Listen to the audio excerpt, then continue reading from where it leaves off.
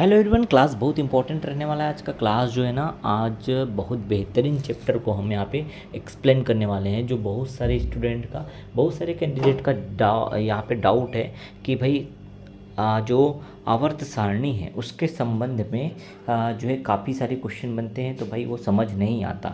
बहुत सारे डाउट इसमें हैं, सारा का सारा डाउट आज आपका क्लियर होगा। बहुत बेहतरीन क्लास रहने वाला है। और अगर आपने अभी तक इससे पहले जितने भी चैप्टर कराए, हमने जितने भी टॉपिक कराए वो वीडियो नहीं देखा तो प्लेलिस्ट पे जाकर जरूर देख लीजिएगा, ठीक है। तो यहाँ पर देखिए, आज का हमारा जो टॉपिक है, बेहतरीन टॉपिक है, वह तत्वों का आवर्ती वर्गीकरण। शुरू से लेकर एकदम A to Z जानकारी आपको मिलने वाली है, एकदम बेसिक से कहाँ से शुरुआत हुआ और कहाँ पर इसका जो है समाप्ति हुआ, पूरी जानकारी A to Z जानकारी आपको इस वीडियो में मिलने वाली है। तो वीडियो को लास्ट तक जरूर देखिएगा। और हमारा एफर्ट आपको अच्छा लगा, आपको बहुत कुछ सीखने को मिला, तो लाइक ज़रूर कर दीजिएगा वीडियो को, ठीक है। तो चलिए देखते हैं। सबसे पहले इसके प्रारंभिक विकास की बात करते हैं कि तत्वों का आवर्ती वर्गीकरण आया कहाँ से। इसके प्रारंभिक विकास की बात करते हैं। तो तत्वों की जो प्रारंभिक समझ है उसको पहले समझिए कि प्रकृति में जितने भी पदार्थ हैं ना, उसको तत्व, मिश्रण और यौगिक में बांटा गया और इसी से निर्मित है, ऐसा माना गया, ठीक है। तो जितने भी पदार्थ हैं उसको तत्व, मिश्रण और यौगिक, तत्व, यौगिक, मिश्रण भी बोल सकते हो, इन्हीं से जो है इन्हीं से मिलकर जो है सभी पदार्थ बने होते हैं, ये माना गया, ठीक है। अभी जो तत्व है ना, तत्व पदार्थ की संरचना, गुणधर्म और भौतिक स्वरूप का निर्धारण करते हैं। तो तत्व क्या होता है? तत्व शुद्धतम रूप होता है और एक से अधिक तत्वों को मिलाने पर, ठीक है, एक बराबर अनुपात में मिलाने पर यौगिक का निर्माण होता है। जब एक से अधिक तत्व को किसी भी अनुपात में मिला देते हैं तो मिश्रण का निर्माण होता है, ठीक है। तो तत्व, यौगिक और मिश्रण आपने पहले भी पढ़ा होगा, ठीक है। नहीं भी पढ़ा तो बहुत ज़्यादा उसकी परिभाषा में जाने की यहाँ ज़रूरत नहीं है। अब बस इतना समझिए कि तत्व जो है पदार्थ का एक शुद्धतम रूप होता है, कह सकते हैं। और ये तत्वों का जो आवर्ती वर्गीकरण है ना, केवल तत्व की बात करता है, इसलिए तत्व पे ज़्यादा फोकस करना है, ठीक है, जिसको एलिमेंट्स भी कहते हैं हम लोग इंग्लिश में, ठीक है। अब देखिए, तत्व जो होते हैं ना, पदार्थ की संरचना, गुणधर्म और भौतिक स्वरूप का निर्धारण करते हैं। कौन करता है ये सब? तत्व ही करता है कि पदार्थ की संरचना कैसी रहेगी, उसका गुणधर्म कैसा रहेगा और उसका जो है स्वरूप कैसा रहेगा, वो सबका निर्धारण किसके द्वारा किया जाता है? तत्व के द्वारा ही किया जाता है, ठीक है। अब इसके पीछे कुछ ऐतिहासिक ज्ञान है, हिस्ट्री है थोड़ा, उसको देख लीजिए। 1800 ईस्वी तक वैज्ञानिकों को मात्र 30 तत्वों की उपस्थिति का ज्ञान था, ठीक है। 1800 ईस्वी की बात कर रहे हैं, उस समय तक ज़्यादा तत्व नहीं मिले थे, केवल और केवल 30 तत्वों की उपस्थिति का पता चला था कि हाँ भाई केवल 30 तत्व हैं, ठीक है। अब वर्तमान में अगर बात करें तो वर्तमान में अभी आधुनिक आवर्त सारणी जो है उसमें आप देखेंगे कि 118 तत्वों की खोज हो चुकी है, ठीक है। अभी तक पहले 30 तत्व थे, अब सोचिए तत्व मिलते गए मिलते गए मिलते गए, इस प्रकार इनकी संख्या जो है 118 हो गई है। तो ये सीधे सीधे क्वेश्चन बनता है कि वर्तमान में या आधुनिक आवर्त सारणी में तत्वों की कुल संख्या कितनी है। तो तत्वों की कुल संख्या कितनी है? तो आपका करेक्ट आंसर क्या होगा? 118 होगा, ओके। तो यहाँ तक जो है आपको समझ आ गया। एक क्वेश्चन बहुत इंपॉर्टेंट मैंने बता दिया कि भाई तत्वों की कुल संख्या कितनी है? 118 है। सबसे पहले पीरियोडिक टेबल में अगर आप देखें तो ये सवाल बहुत बार आया हुआ है, ठीक, पीरियोडिक टेबल या आवर्त सारणी से, ठीक। तो यहाँ तक समझ आ गया। तत्वों की प्रारंभिक समझ आपको यहाँ पे क्लियर हुआ।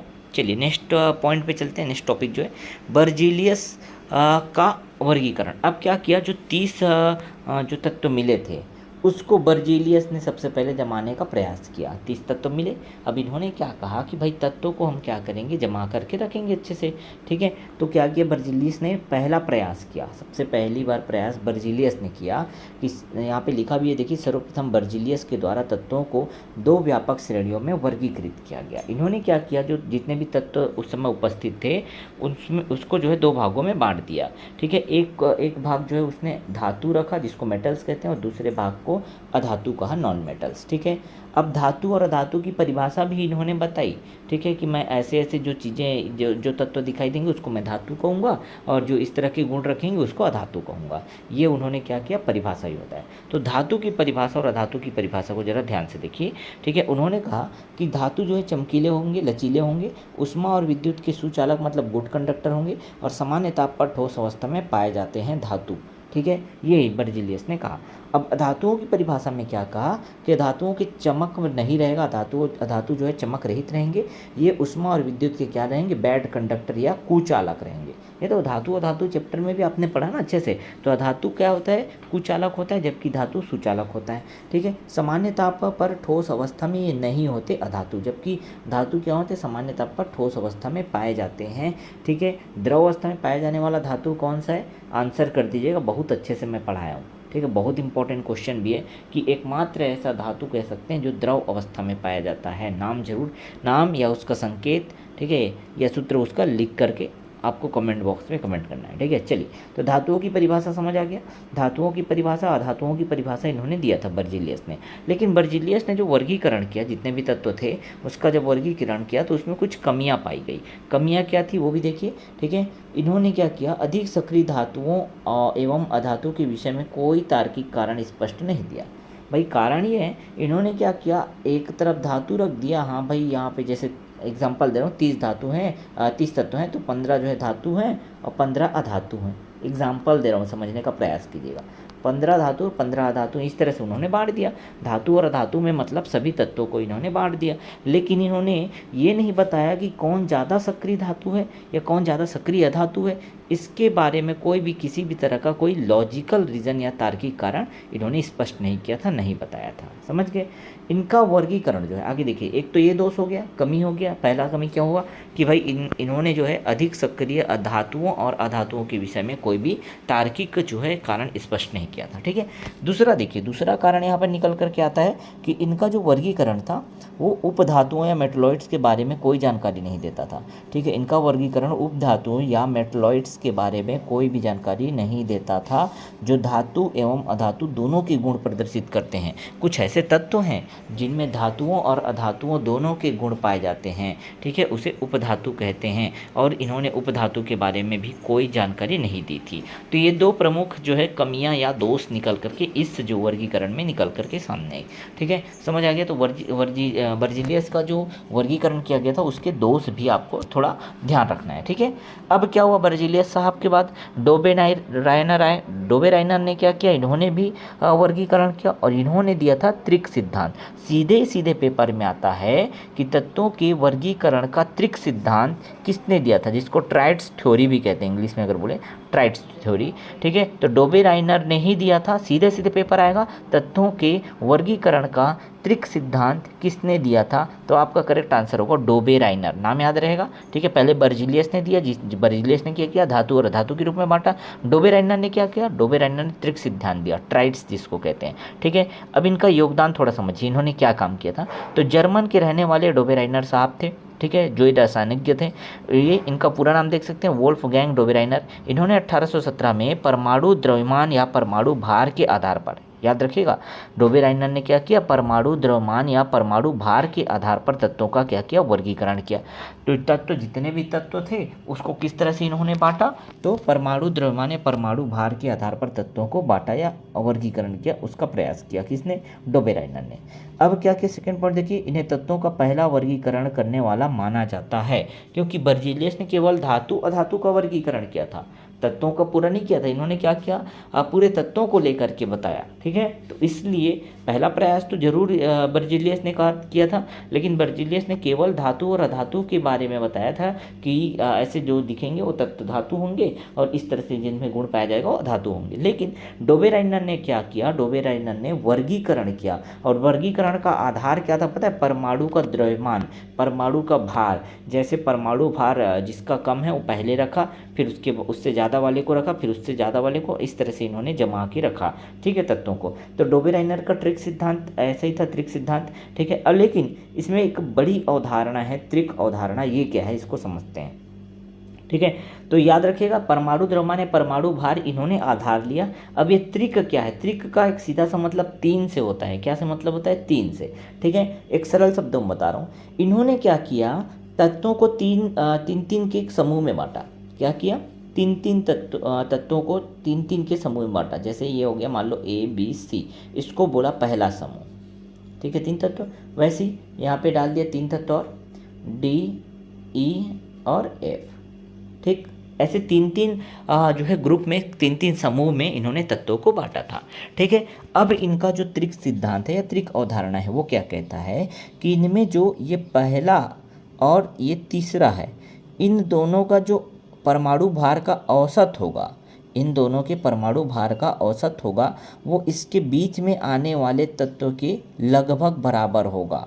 ठीक है, समझ रहे हैं क्या कह रहा हूँ मैं, कि पहले तत्व और तीसरे तत्व का जो परमाणु भार का औसत निकालेंगे, वो जो बीच में उपस्थित तत्व है उसके परमाणु भार का जो है लगभग प्राप्त होगा। ठीक है, समझ रहे हो बात। उदाहरण भी है हमारे पास, उदाहरण भी हम बताएंगे। ठीक है, तो समझ आया, क्लियर हुआ।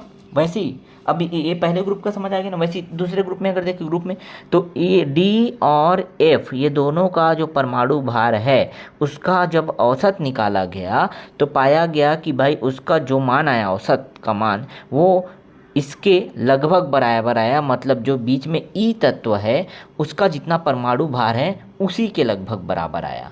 इस तरह से इन्होंने समूह में बांटा। ठीक है, त्रिका उदाहरण है, इसीलिए कहते हैं इसको, तीन तीन के समूह में बांटा। तो थ्योरी में थोड़ा देखिए क्या लिखा है, अभी तो मैं अब सरल शब्दों में समझा दिया ना आपको। अब देखिए, डोबेराइनर ने तीन तीन तत्वों के समूह त्रिक निर्धारित किए जो समान गुण प्रदर्शित करते हैं। ठीक है, तीन तीन तत्वों को उन्होंने बांटा, अलग अलग रखा, समूह में बांटा, और उसके बाद क्या कहा भाई, इन्होंने इन तीन तत्वों को उनके बढ़ते हुए परमाणु भार के आधार पर सजाया।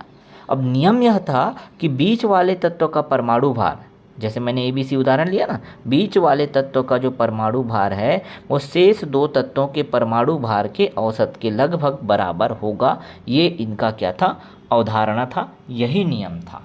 समझ रहे हैं, इस तरह से इन्होंने ग्रुप बनाया तत्वों का, तीन तीन तत्वों का ग्रुप बनाया कि भाई जो बीच वाला तत्व का परमाणु भार है वो बाकी दो तत्वों के परमाणु भार के औसत के लगभग बराबर है। ऐसा इन्होंने अपना नियम दिया। ठीक है, अब इन्होंने कुछ उदाहरण भी दिए और बोले देखो भाई, मैं जो नियम बताया हूँ, मैं जो सिद्धांत बताया हूँ बिल्कुल क्या है, करेक्ट है, देख लीजिए, आप चेक कर लीजिए, बोला। ठीक है, तो इन्होंने पहले ग्रुप में रखा क्या, लिथियम, सोडियम और पोटेशियम को। ठीक है, लिथियम का परमाणु भार क्या हो गया, 7। ठीक है, और सोडियम का कितना हो गया, देखिए रटने का जरूरत नहीं है यहाँ पे, अभी आप इतना बस समझिए, अभी आप सिर्फ समझिए, लिथियम, सोडियम और पोटेशियम। तो सोडियम का क्या होगा, वो तो इसका औसत निकालने पे ही पता चलेगा इनके हिसाब से। तो भाई पोटेशियम का कितना वो डाल दीजिए, तो पोटेशियम का कितना, 39। अब जब क्या किया गया, पहले और आखिरी वाले, देखिए इन दोनों का क्या किया गया, जब औसत निकाला गया तो औसत लगभग कितना आया, लगभग बोल रहा हूँ मैं, ध्यान समझिएगा, लगभग। ठीक है, तो 23 आया। अब इसका तो एग्जैक्ट जो है औसत निकालने आता है ना सभी को, 7 + 39 जोड़ दो और 2 से भाग कर दो, औसत निकल जाएगा। ठीक है, तो भाई औसत जो है 23 निकल के आया, और 23 को जब देखा गया तो ये जो बीच में जो तत्व है कौन है, सोडियम भाई साहब। ठीक है, उसी का परमाणु भार जितना होता है लगभग 23 होता है, और ये जो औसत निकाले वो भी 23 आया।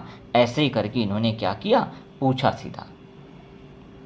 ठीक है, और बताया कि हाँ भाई ये देखिए मेरा सिद्धांत जो है सही है। क्लियर हुआ ना, इस तरह से इन्होंने पूरा एक्सप्लेन किया। ठीक है, और जो है औसत निकाल करके पूछा, देखिए कि अब जो है औसत आ रहा है ना, ये जो सोडियम जो बीच में मैंने रखा उसी के परमाणु भार के लगभग बराबर आ रहा है औसत, आप चेक कर लीजिए, बोला। ठीक है, तब जो है बिल्कुल सही निकला उनका जो है। तो इस तरह से जो पहला ग्रुप इन्होंने बनाया था वो बहुत इंपॉर्टेंट है, पेपर में ज़्यादातर इसको पूछा जाता है कि डोबेराइनर का त्रिक का उदाहरण कौन सा है, तो ये याद रखिएगा। ठीक है, LINAK, जिसमें Li है लिथियम, Na क्या है सोडियम, और K क्या है, पोटेशियम। ठीक है, ऐसे भी याद रख सकते हैं, लीना कुमारी, ये पहला इसका एग्जाम्पल है।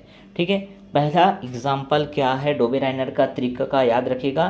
ठीक है, और लीना कुमारी का मतलब क्या है, समझ गए ना, लिथियम, और ये लास्ट वाला हो जाएगा पोटेशियम, बीच में जो Na है वो होता है सोडियम। ठीक है, ज़्यादातर इसको बहुत बार एग्जाम में पूछा गया है। चलिए दूसरा भी इन्होंने बताया, भाई दूसरा जो समूह है मेरा उसको भी चेक कर लीजिए, बोला। इन्होंने दूसरे समूह में किसको रखा, क्लोरीन को रखा, ब्रोमीन को रखा, आयोडीन को रखा। और जब ये किया कि भाई क्लोरीन का जो परमाणु भार है 35.5 और आयोडीन का जो परमाणु भार है 127, अब दोनों को क्या किया, औसत निकालिया। देखिए दोनों से भाग के, 2 से भाग किए, दोनों का औसत निकाला तो कितना आया, 21.25 आया, और सॉरी 81.25 आया। और ब्रोमीन का जो परमाणु भार है 80 होता है, तो देखिए इसी के लगभग बराबर प्राप्त हुआ। इस तरह इन्होंने कहा कि मैंने तत्वों को इस तरह से जमा करके रखा है कि जो बीच में जो तत्व आता है उसका परमाणु भार बाकी जो तत्व आते हैं उसके परमाणु भार के औसत के लगभग बराबर होता है बोला। ठीक है, इस तरह से इनका जो त्रिक था वो काम कर गया। त्रिक का उदाहरण, ट्राइड का उदाहरण समझ आ रहा है, लिथियम, सोडियम, पोटेशियम। फिर दूसरा ग्रुप है क्लोरीन, ब्रोमीन, आयोडीन। तीसरा ग्रुप है देखिए कैल्शियम, स्ट्रेटियम और बेरियम। ठीक है, तो 3 ट्राइड हैं। कम से कम इसमें क्या, पहला वाला जरूर याद रखिएगा, लीना कुमारी वाला। ठीक है, LINAK। ठीक, चलिए अब देखिए, यहाँ तक समझ आ गया। अब देखिए उस समय कितने तत्व ज्ञात हो, जब तक इन्होंने अपना सिद्धांत दिया तब तक 53 तत्व खोजे जा चुके थे। ठीक है, 53 तत्व खोजे जा चुके थे। ठीक, अब डोबेराइनर ने प्लेटिनम उत्प्रेरक को पहली बार खोजा था। ये इनका जो है विशेष कह सकते हैं खोज रहा। ठीक है, महत्वपूर्ण खोज रहा। ठीक है, एक योगदान दिया कह सकते हैं पूरे केमिस्ट्री में। अगर बात करें तो इन्होंने प्लेटिनम उत्प्रेरक को पहली बार खोजा था डोबेराइनर साहब ने। और डोबेराइनर का नियम क्या था, त्रिक नियम था। त्रिक नियम किसने दिया, डोबेराइनर ने दिया। त्रिक नियम क्या है समझ आ गया, 3-3 के समूह में तत्वों को जमाया, और तत्वों को जमाने का आधार क्या था, आधार परमाणु भार था, भार के हिसाब से ही जमाया गया। ठीक, तो इतना चीज़ याद हो गया। अब देखिए इसमें भी कुछ कमियां निकली। क्या कमियां निकली, क्या खामियां निकली उसको देखिए। यह सिद्धांत जो है ना, कुछ ही तत्वों पर ये सिद्धांत जो है, त्रिक नियम जो इन्होंने बताया ना कि आप जो है बीच वाले तत्वों का जब क्या करोगे, आप औसत निकालोगे, या बीच वाले तत्वों का जो परमाणु भार होगा वो इन दोनों के तत्वों के औसत परमाणु भार के बराबर होगा। ये जो है ना सब पर लागू नहीं होता, कुछ ही तत्वों या त्रिकों पर लागू था, सब पे लागू नहीं हुआ था। उस समय जो 53 तत्व खोजे जा चुके थे, 53 के 53 को इन्होंने अच्छे से नहीं जमा पाया था, याद रखिएगा। ठीक है, इन्होंने 2-3 उदाहरण दिए। ये 2-3 उदाहरण बस अच्छे लग रहे हैं देखने में कि हाँ यार इनका नियम काम कर रहा है, लेकिन सभी 53 तत्वों के लिए ये लागू नहीं होता। ठीक है, अब देखिए दूसरा जो इसका दोष है या कमी है वो देख लीजिए। बीच वाले तत्व का परमाणु द्रव्यमान हमेशा सटीक औसत के बराबर नहीं आता था। यहीं पर देख लीजिए भाई, यहाँ पर इन्होंने बताया कि भाई ब्रोमीन का परमाणु द्रव्यमान तो 80 होता है, लेकिन यहाँ पर देखिए औसत कितना है, 81.25। वैसे देखा जाए तो 1.25 का अंतर आ रहा है। ठीक है, तो इतना ज़्यादा अंतर आ रहा है भाई, बोला इन्होंने कि लगभग बराबर होता है लेकिन इतना ज़्यादा अंतर आ रहा है। ठीक है, तो बीच वाले तत्वों का परमाणु द्रव्यमान हमेशा सटीक औसत के बराबर नहीं आता था। ठीक है, दोनों दोस्त समझ आ गया, जो कमी है वो बता रहे हैं हम लोग। ठीक है, अब उसके बाद में जो खोजे गए कई तत्व हैं इस प्रणाली में फिट नहीं बैठे। चलिए ठीक है, हम मान लिए, चलो भाई लगभग मान तो आ रहा है, चलिए मान लेते हैं इनका जो है इन्होंने जिस तरह से तत्वों को जमाया बिल्कुल सही जमाया था। लेकिन जब बाद में और भी तत्व खोजे गए, ठीक है, ऐसा तो नहीं है 53 तत्व खोज के बैठ गए, अभी टोटल 118 तत्व खोजे जा चुके हैं, पता है ना। टोटल तत्वों की संख्या कितनी है अमृत सारणी में, 118 बोलिएगा, टिक लगाइएगा इसी को, मोस्ट इंपॉर्टेंट क्वेश्चन है, बार बार कह रहा हूँ मैं। ठीक है, उसके बाद देखिए बाद में जो खोजे गए कई तत्व हैं इस प्रणाली में फिट नहीं बैठे। ठीक है, जो इन्होंने त्रिक नियम दिया था उसमें फिट नहीं बैठ रहे थे, और उनके सिद्धांत की सफलता को संयोग माना गया, कॉन्सिडेंस माना गया कि अरे हो गया होगा। होता है ना कभी कभी आप कुछ सिद्धांत दे देते हैं और वो सही निकल जाता है, वैसा ही था, संयोग, एक तरह का संयोग ही था, ऐसा माना गया। ठीक है, इस तरह से ये सिद्धांत में भी बहुत कमियां थी, ये भी फेल हो गया एक तरह से कह सकते हैं। ठीक है, फिर आए न्यूलैंड साहब, नाम देखते जाइएगा, और कौन सा सिद्धांत दिए, कौन सा जो है तत्वों को जमाने का कौन सा काम किए वो भी याद रखना है आपको। ठीक है, याद रखिएगा। तो अब अष्टक नियम दिया, किसने दिया, न्यूलैंड साहब ने अष्टक नियम दिया, ऑक्टेट या ऑक्टेव्स रूल दिया, ऑक्टेव्स लॉ दिया।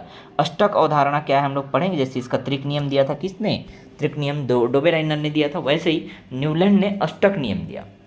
अब न्यूलैंड के अष्टक नियम में क्या था ये देख लेते हैं। पहले इनका योगदान देखिए, ये ब्रिटिश के थे, ब्रिटिश रसायनज्ञ थे, जॉन अलेक्जेंडर न्यूलैंड इनका पूरा नाम है। इन्होंने तत्वों के वर्गीकरण की एक नई अवधारणा जो है प्रस्तुत की कि भाई मैं इस तरह से तत्वों को क्या करूंगा, वर्गीकृत करके रखूंगा, अच्छे से जमा करके रखूंगा। ठीक है, तत्वों को इस तरह से हम रखेंगे। ठीक है, तो न्यूलैंड साहब जब आए उस समय लगभग 56 तत्वों की खोज हो चुकी थी। धीरे धीरे समय बढ़ते गया और तत्व खोजे जा रहे, तो 56 तत्व तब तक लगभग मिल चुके थे। ठीक है, अब न्यूलैंड के समय जो है 56 तत्वों की खोज हो चुकी थी। अब उनका एक टास्क ये था कि भाई 56 तत्वों को हमको जमाना है। तो न्यूलैंड साहब ने क्या किया, इन्होंने वर्गीकरण का आधार क्या बनाया, इन्होंने भी तत्वों को उनके परमाणु द्रव्यमान के बढ़ते क्रम में व्यवस्थित किया।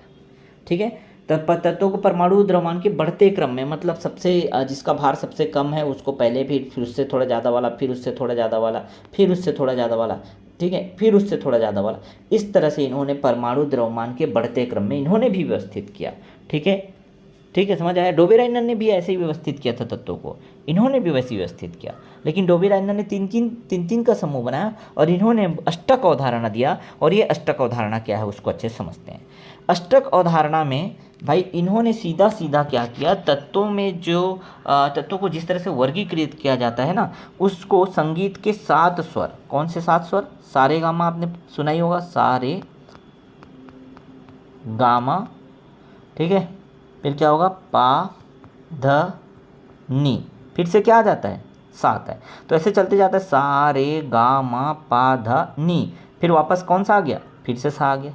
इन्होंने बोला कि जैसे संगीत के जो स्वर हैं, 7 स्वर हैं, ठीक है, और उसके बाद 8वां स्वर वापस वही आता है, सेम टू सेम। इन्होंने बोला कि भाई मैं जो भी तत्व यहाँ पर रखा हूँ, न्यूलैंड ने अपने अष्टक अवधारणा में ये दिया कि भाई जितने भी तत्वों को मैं जमा करके रखा हूँ उनको परमाणु द्रव्यमान की बढ़ते क्रम के हिसाब से मैंने व्यवस्थित किया है। तो प्रत्येक 8वां तत्व, जो पहले से 8वां तत्व होगा, यहाँ पहला है, मान लो ये 8वां तत्व है, तो प्रत्येक 8वां तत्व जो होगा उनका गुण, ठीक है, पहले तत्व के गुण से समानता रखता है, इन्होंने कहा। जैसे ये इसका जो 8वां शब्द क्या है, सारे गामा पधा नी सा है, तो ये जो 8वां है वो पहले वाले से समानता रख रहे हैं ना। बस इसी तरह से इन्होंने बोला कि जितने भी तत्व मैं यहाँ पर परमाणु भार या परमाणु द्रव्यमान के हिसाब से मैंने अरेंज करके रखा है, ठीक है, वो उसमें अगर आप ध्यान से देखोगे, ठीक है, तो ये जैसे संगीत के स्वर होते हैं ना, ठीक है, उसमें जो अंतिम जो या 8वां जो शब्द है वो पहले शब्द के समान होता है, वैसे ही हमने जो यहाँ पे तत्व को जमाया है उसमें पहला जो तत्व है उसका गुण और जो 8वें नंबर पे है उसका गुण, ये दोनों का गुण क्या है, समान है। ये इनका अष्टक अवधारणा था, अष्टक नियम था। कितना आसान है, बस सारे गामा पधा निसा पकड़ लेना है न्यूलैंड का अष्टक नियम में, ठीक है। फिर आपको खुद ही समझ आ जाएगा कि सा रे गा मा पा धा नी सा, फिर से आ रहा है, नी के बाद फिर सा आ रहा है, मतलब जो पहला अक्षर था वही फिर से रिपीट हो रहा है 8वें में, इसलिए इन्होंने अष्टक अवधारणा कहा। इसको समझ आ गया, ठीक। अब न्यूलैंड की तालिका का जो अंतिम तत्व, उनकी व्यवस्था में 56वां तत्व जो क्या था, थोरियम था, ठीक है। 56 तत्व खोजे जा चुके थे और 56वां जो तत्व कौन था, थोरियम था। इस बात को याद रखिएगा, क्योंकि उस समय 56 तत्व खोजे गए, इन्होंने इस तरह से जमा दिया, ठीक है। और जमाने के बाद जो जिस तरह से किस तरह जमाया, परमाणु भार के परमाणु द्रव्यमान के बढ़ते क्रम में व्यवस्थित किया, ठीक है। और उसके बाद बताया कि जो 8वां जो तत्व है वो पहले तत्व से गुणों में समानता रखता है, ठीक है।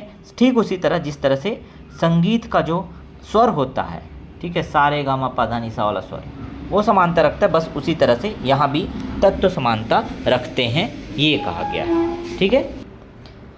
ठीक है भाई, इन्होंने इस तरह से तो अरेंज कर दिया और 56वां तत्व इन्होंने थोरियम को रखा था, ठीक। लेकिन उसमें भी कुछ कमियां थी, न्यूलैंड के अष्टक नियम में भी कुछ कमियां या दोष थे, उसको थोड़ा समझिए। यह नियम जो है केवल कैल्शियम तक ही लागू था, कैल्शियम, ठीक है, Ca इसका होता है सूत्र, कैल्शियम तक ही लागू था। कैल्शियम के बाद प्रत्येक 8वें तत्व में समानता का सिद्धांत लागू नहीं हुआ, जो इन्होंने अष्टक नियम दिया था, अष्टक सिद्धांत दिया था। बोला था कि भाई पहले जो है पहला तत्व और आठवां तत्व जो है समानता रखते हैं, वैसे दूसरा और 9वां रखना चाहिए, तीसरा और 10वां रखना चाहिए। ऐसे करते करते जब देखा गया तो कैल्शियम तक तो ये नियम ठीक है भाई, लगा कि हाँ सही चल रहा है, पहला और 8वां लग रहा है, दूसरा और 9वां मतलब 8 का अंतर होना चाहिए, बस सीधा सा बात है। तीसरा और 10वां होना चाहिए, 8 का अंतर हो रहा है ना, अगर इसको मैं पहला मान लूँ और 10वां को मान लूँ तो दोनों के बीच में देखिए 8वां जो तत्व 10वां ही मिलेगा, ठीक है। इस तरह से इसको समझिएगा, ठीक है। तो समझ आया, इन्होंने जो कहा था, इन्होंने जो नियम दिया था उसमें ये दो दोष निकल के आया कि ये जो नियम है केवल और केवल कैल्शियम तत्व कैल्शियम तक ही लागू हुआ, उसके बाद जो है 8वें तत्व का कोई भी समानता का सिद्धांत लागू नहीं हुआ। अब इसके बाद और दूसरा दोष देखिए, इसका जो कमी है वो देखिए, हाइड्रोजन को उनकी व्यवस्था में उचित स्थान नहीं दिया गया था। हाइड्रोजन जो है वो कहाँ रहेगा, कैसे रहेगा, क्यों रहेगा, वो उचित स्थान जो है हाइड्रोजन के लिए, हाइड्रोजन भी एक तत्व है ना, उसके लिए कोई भी उचित स्थान जो है प्रोवाइड नहीं कराया गया, उपलब्ध नहीं कराया गया। ठीक है, आगे देखिए, न्यूलैंड साहब ने भविष्य में खोजे जाने वाले तत्वों के लिए कोई खाली स्थान नहीं छोड़ा था। ऐसा तो नहीं है कि अब आगे भविष्य में जो 56 तत्व मिल चुके थे, अब आगे भविष्य में जो तत्व मिलेंगे वो 56 तत्वों का जितना परमाणु भार है उससे ज़्यादा ही होगा, इसकी गारंटी है क्या? नहीं ना। मतलब हो सकता है जो 57वां जो तत्व मिले उसका परमाणु भार 56 वाले या 50 वाले से भी कम हो, तो उसको 49वें नंबर पर रखना पड़ेगा यहाँ पर। ठीक है, लेकिन इन्होंने 49वें नंबर पे तो जगह ही नहीं छोड़ा था। समझ रहे बात? तो न्यूलैंड ने भविष्य में जो खोजे जाने वाले तत्व हैं उसके लिए कोई भी रिक्त स्थान या खाली स्थान नहीं छोड़ा था। तो भाई समस्या उत्पन्न हो गई कि अब जो तत्व मिलेगा वो उसको रखेंगे कहाँ? उस क्या जरूरी है कि उसका परमाणु भार जो है, परमाणु द्रव्यमान जो है 56 तत्व के परमाणु भार या 56 तत्व तक अरेंज करने के बाद जो परमाणु भार है उससे ज़्यादा ही होगा, इसकी कोई गारंटी है क्या? नहीं ना। तो ये एक दोष निकल करके है। ठीक है, आगे देखिए, डोबे राइनर की तरह उनका वर्गीकरण भी परमाणु द्रव्यमान पर आधारित था। याद रखिएगा, इनका भी वर्गीकरण परमाणु द्रव्यमान पर आधारित था, जिसे बाद में तत्वों के मौलिक संगठन के लिए गलत आधार पाया गया। चलिए समझ आया। तो भाई इन्होंने जो आधार लिया था कि परमाणु भार या परमाणु द्रव्यमान के हिसाब से हम क्या करेंगे, तत्वों को वर्गीकरण करेंगे, वो आधार ही गलत था। परमाणु द्रव्यमान या परमाणु भार के आधार पर तत्वों को वर्गीकरण करना जो है मतलब कठिन कार्य था, और इसे जो है मौलिक संगठन के लिए इसको गलत आधार पाया गया कि इस तरह से आप नहीं कर सकते। इसीलिए जब हम आधुनिक आवर्त सारणी की बात करते हैं तो आधुनिक आवर्त सारणी में जब तत्वों का वर्गीकरण किया गया, आगे पढ़ेंगे तो किया गया, तो उसमें परमाणु द्रव्यमान को नहीं, परमाणु संख्या या परमाणु क्रमांक का उपयोग किया गया। परमाणु क्रमांक के हिसाब से उसको जमाया गया, परमाणु द्रव्यमान के हिसाब से नहीं जमाया गया। ठीक है, तो ये जो इनके कुछ दोष थे वो भी याद रखिएगा। चलिए आगे बढ़ें। आगे देखिए, अब भाई अभी भी रुकने वाले कहाँ हैं? साइंटिस्ट जो हैं लगातार खोज करी जा रहे हैं, करे जाएं। जो दोष उनको मिलता था उसका जो है निराकरण करते थे, फिर कोई नया नियम दे देते थे। तो तब आए मेंडलीव साहब। मेंडलीव या मेंडलीफ लिखा होता है, दिमित्री मेंडलीव या मेंडलीफ लिखा होगा। देखिए मैंने दोनों हिंदी में ऐसा लिखा भी है। ठीक है, दिमित्री मेंडलीव या मेंडलीफ लिखा होता है। ठीक है, तो मेंडलीफ का आवर्त सारणी पीरियोडिक टेबल आया। अब ये एक रूसी रासायनिज्ञ थे, इन्होंने जिसका नाम क्या था, दिमित्री मेंडलीव या मेंडलीफ, इन्होंने एक से अधिक जो है क्या किया, तत्वों को इस तरह से व्यवस्थित किया और प्रभावशाली आवर्त सारणी का निर्माण किया। कैसे समझिएगा? ठीक है, जब हम बात कर रहे हैं इनके आवर्त सारणी के वर्गीकरण की, तब जो है 1869 हो चुका था। मतलब धीरे धीरे धीरे धीरे समय बढ़ते गया और 1869 सन 1869 की बात है ये। ठीक है, और 1869 में इन्होंने इस तरह से पीरियोडिक टेबल जो है, आवर्त सारणी जो है विकसित किया, और 1872 में 3 साल बाद उसको जर्मन के, ध्यान रखिए रूसी वैज्ञानिक है, रूसी रासायनिज्ञ हैं, लेकिन जर्मन के पत्रिका में इसको प्रकाशित किया गया कि हाँ भाई तत्वों को इस तरह से जमाया जा सकता है। मतलब जो रिसर्च वगैरह होते हैं वो सब पेपर में ये आने लग गया कि हाँ तत्वों को इस तरह से वर्गीकृत किया जा सकता है, जमाया जा सकता है, इस तरह से जो है इसका वर्गीकरण किया जा सकता है, आवर्त सारणी बनाया जा सकता है। ये जो है पूरी बातें छप गई। ठीक है, तो 1869 में इन्होंने विकसित की थी अपना जो नियम था, वो हम आगे देखेंगे। उस समय कितने तत्व ज्ञात थे ये भी देखिए। मेंडलीव के समय 63 तत्व ज्ञात हो चुके थे। धीरे धीरे तत्व मिलते गए, समझ गए, खोज चालू था।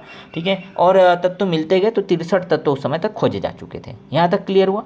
तो एक एक करके अच्छे से आप समझते जा रहे हैं ना, कितना कब कितना तत्व था, उस तक किस तरह से जमाया, अच्छे से बस इसको समझिए। अब मेंडलीव साहब ने क्या किया, मेंडलीव साहब ने वर्गीकरण का आधार क्या माना वो देखिए। तो मेंडलीव ने भी परमाणु द्रव्यमान मतलब परमाणु भार को ही तत्वों का व्यवस्थित करने का प्राथमिक आधार बनाया था। ठीक है, जिससे परमाणु द्रव्यमान और तत्व के भौतिक और रासायनिक गुणों के बीच संबंध स्थापित हुआ। इन्होंने भी परमाणु क्रमांक नहीं लिया या परमाणु जो है नंबर नहीं लिया, परमाणु संख्या नहीं लिया, इन्होंने भी परमाणु भार के आधार पर ही तत्वों का वर्गीकरण किया था। अब कैसा इनका वर्गीकरण था, कैसा इन्होंने आवर्त सारणी दिया, वो आगे देखिए। आवर्त का नियम क्या था इन्होंने कहा कि तत्वों के गुण धर्म उनके परमाणु द्रव्यमान के आवर्ती फलन होते हैं। सीधा सीधा पेपर में आएगा यह कथन किसका था या किसने दिया, तो याद रखिएगा मेंडलीफ ने दिया कि तत्वों के गुणधर्म उनके परमाणु द्रव्यमान के आवर्ती फलन होते हैं, मतलब परमाणु द्रव्यमान पर निर्भर होते हैं। इस तरह से ऐसे समझिएगा तो याद रहेगा, परमाणु द्रव्यमान या परमाणु भार पर क्या होते हैं, निर्भर होते हैं। तो तत्वों के गुणधर्म जो है उनके परमाणु द्रव्यमान के आवर्ती फलन होते हैं, ये नियम दिया था मेंडलीफ साहब ने। मेंडलीव या दिमित्री मेंडलीव लिखा होगा, ठीक है। इसका अर्थ था कि यदि तत्वों को उनके बढ़ते हुए परमाणु भार के क्रम में व्यवस्थित किया जाए तो समान गुणों वाले तत्व नियमित अंतराल पर दिखाई देंगे, ठीक है।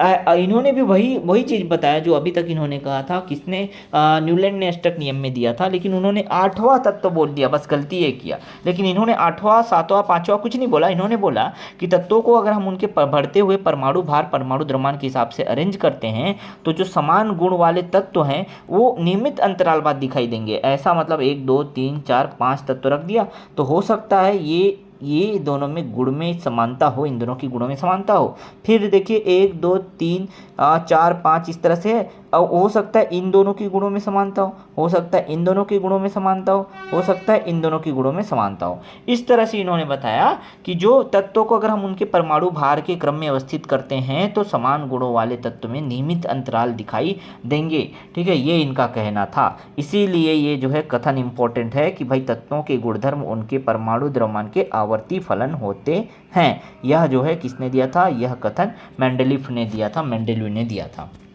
ठीक है। अब मेंडलीव की तालिका की संरचना थोड़ा देख लीजिए, ठीक है। मेंडलीव की तालिका की संरचना आधुनिक आवर्त सारणी के जैसे ही थोड़ा दिखाई देता है, लेकिन इन्होंने क्या किया था उसको थोड़ा समझिए। मेंडलीव की तालिका की संरचना क्या थी, तो उन्होंने तत्वों को ऊर्ध्वाधर स्तंभों में व्यवस्थित किया। तत्वों को ऊर्ध्वाधर स्तंभ, देखिए इस तरह से ऊर्ध्वाधर स्तंभ में तत्वों को क्या किया, व्यवस्थित किया, ठीक है, जिन्हें वर्ग या समूह कहा।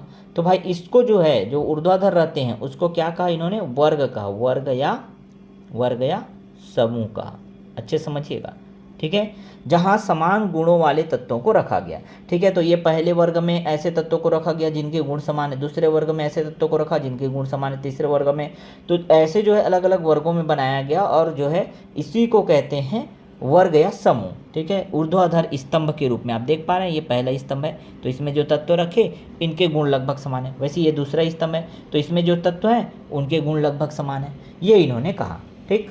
अब उन्होंने जो तत्वों को क्या किया, ऊर्ध्वाधर स्तंभ के रूप में ऐसे व्यवस्थित किया। फिर उन्होंने क्षैतिज पंक्तियों में भी, देखिए इस तरह से, इसको बोलते हैं क्षैतिज पंक्ति, जो इस तरह दिखाई देगा, ठीक है।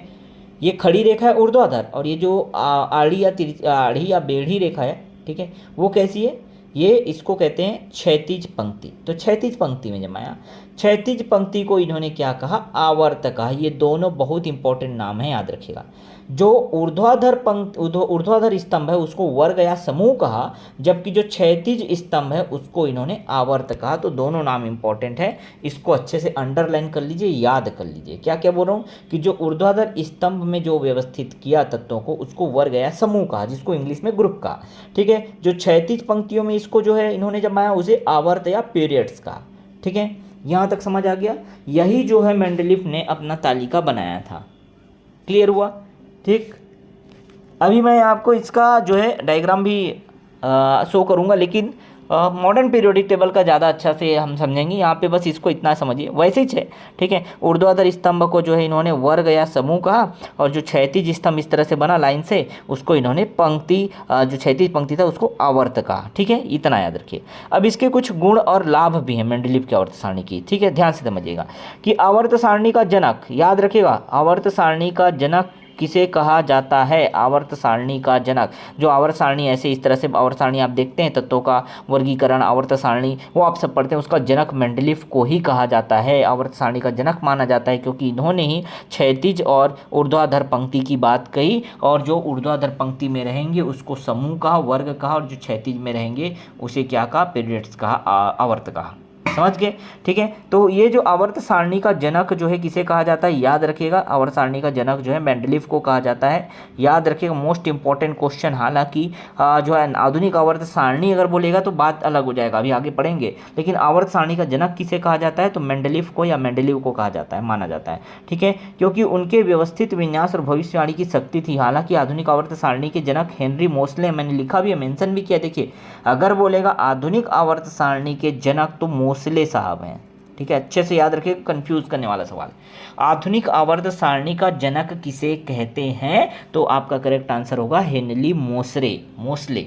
ठीक है, और अगर बोले आवर्त सारणी, केवल आवर्त सारणी दिखाई दे तो आवर्त सारणी का जनक जो है मेंडलीफ को कहते हैं, दिमित्री मेंडलीफ को कहते हैं। ये दोनों इंपॉर्टेंट क्वेश्चन है, एकदम अच्छे से इसको याद रखिएगा, कंफ्यूज नहीं होना है। नोट डाउन करिए, अपने दिमाग में तुरंत नोट कर लीजिए कि अगर सिर्फ और सिर्फ आवर्त सारणी बोले, आवर्त सारणी का जनक तो मेंडलीफ, और अगर बोले कि आधुनिक आवर्त सारणी का जनक तो हेनरी मोसले भी बस याद रखेंगे तो भी काम बन जाएगा। ठीक, अब इसके कुछ गुण और इसके लाभ देख लेते हैं। चलिए, तो देखिए इन्होंने क्या किया, सभी 63 तत्वों को अच्छे से व्यवस्थित करके पूरी संरचना में जैसा बताया था वैसे इन्होंने सजा दिया।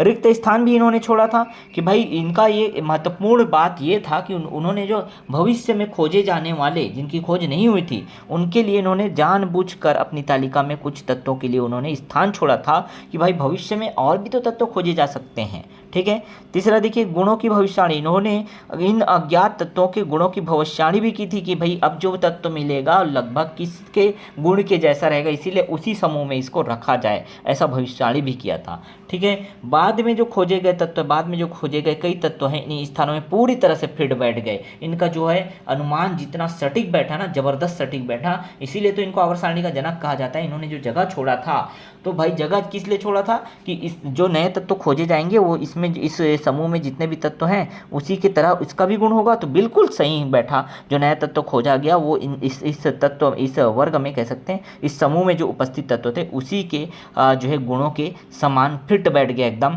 और उनके गुण मेंडलीव के भविष्यवाणी से काफ़ी मेल खाते थे।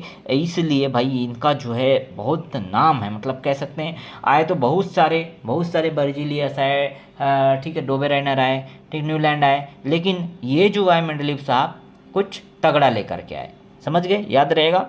चलिए आगे देखिए, इनके उदाहरण आप देख सकते हैं, कुछ उदाहरण भी यहाँ पे। स्कैंडियम को एका बोरान के स्थान पर रखा गया था, एका बोरान के स्थान पर रखा गया था, याद रखिएगा। मतलब बोरान और स्कैंडियम दोनों के गुण, तो बोरान वाले समूह में इसके लिए जगह छोड़ के रखा गया था, ऐसा समझिए। वैसी गैलियम के लिए भी इन्होंने जगह छोड़ा था और उसको क्या नाम दिया था पता है? एका एल्यूमिनियम। वैसी जर्मेनियम के लिए एका सिलिकॉन, ये सब दे करके इन्होंने रखा था। और जब देखा गया कि जर्मेनियम और सिलिकॉन का गुण तो लगभग मिलता जुलता है यार, मतलब उनके जो भविष्यवाणी था गजब का था।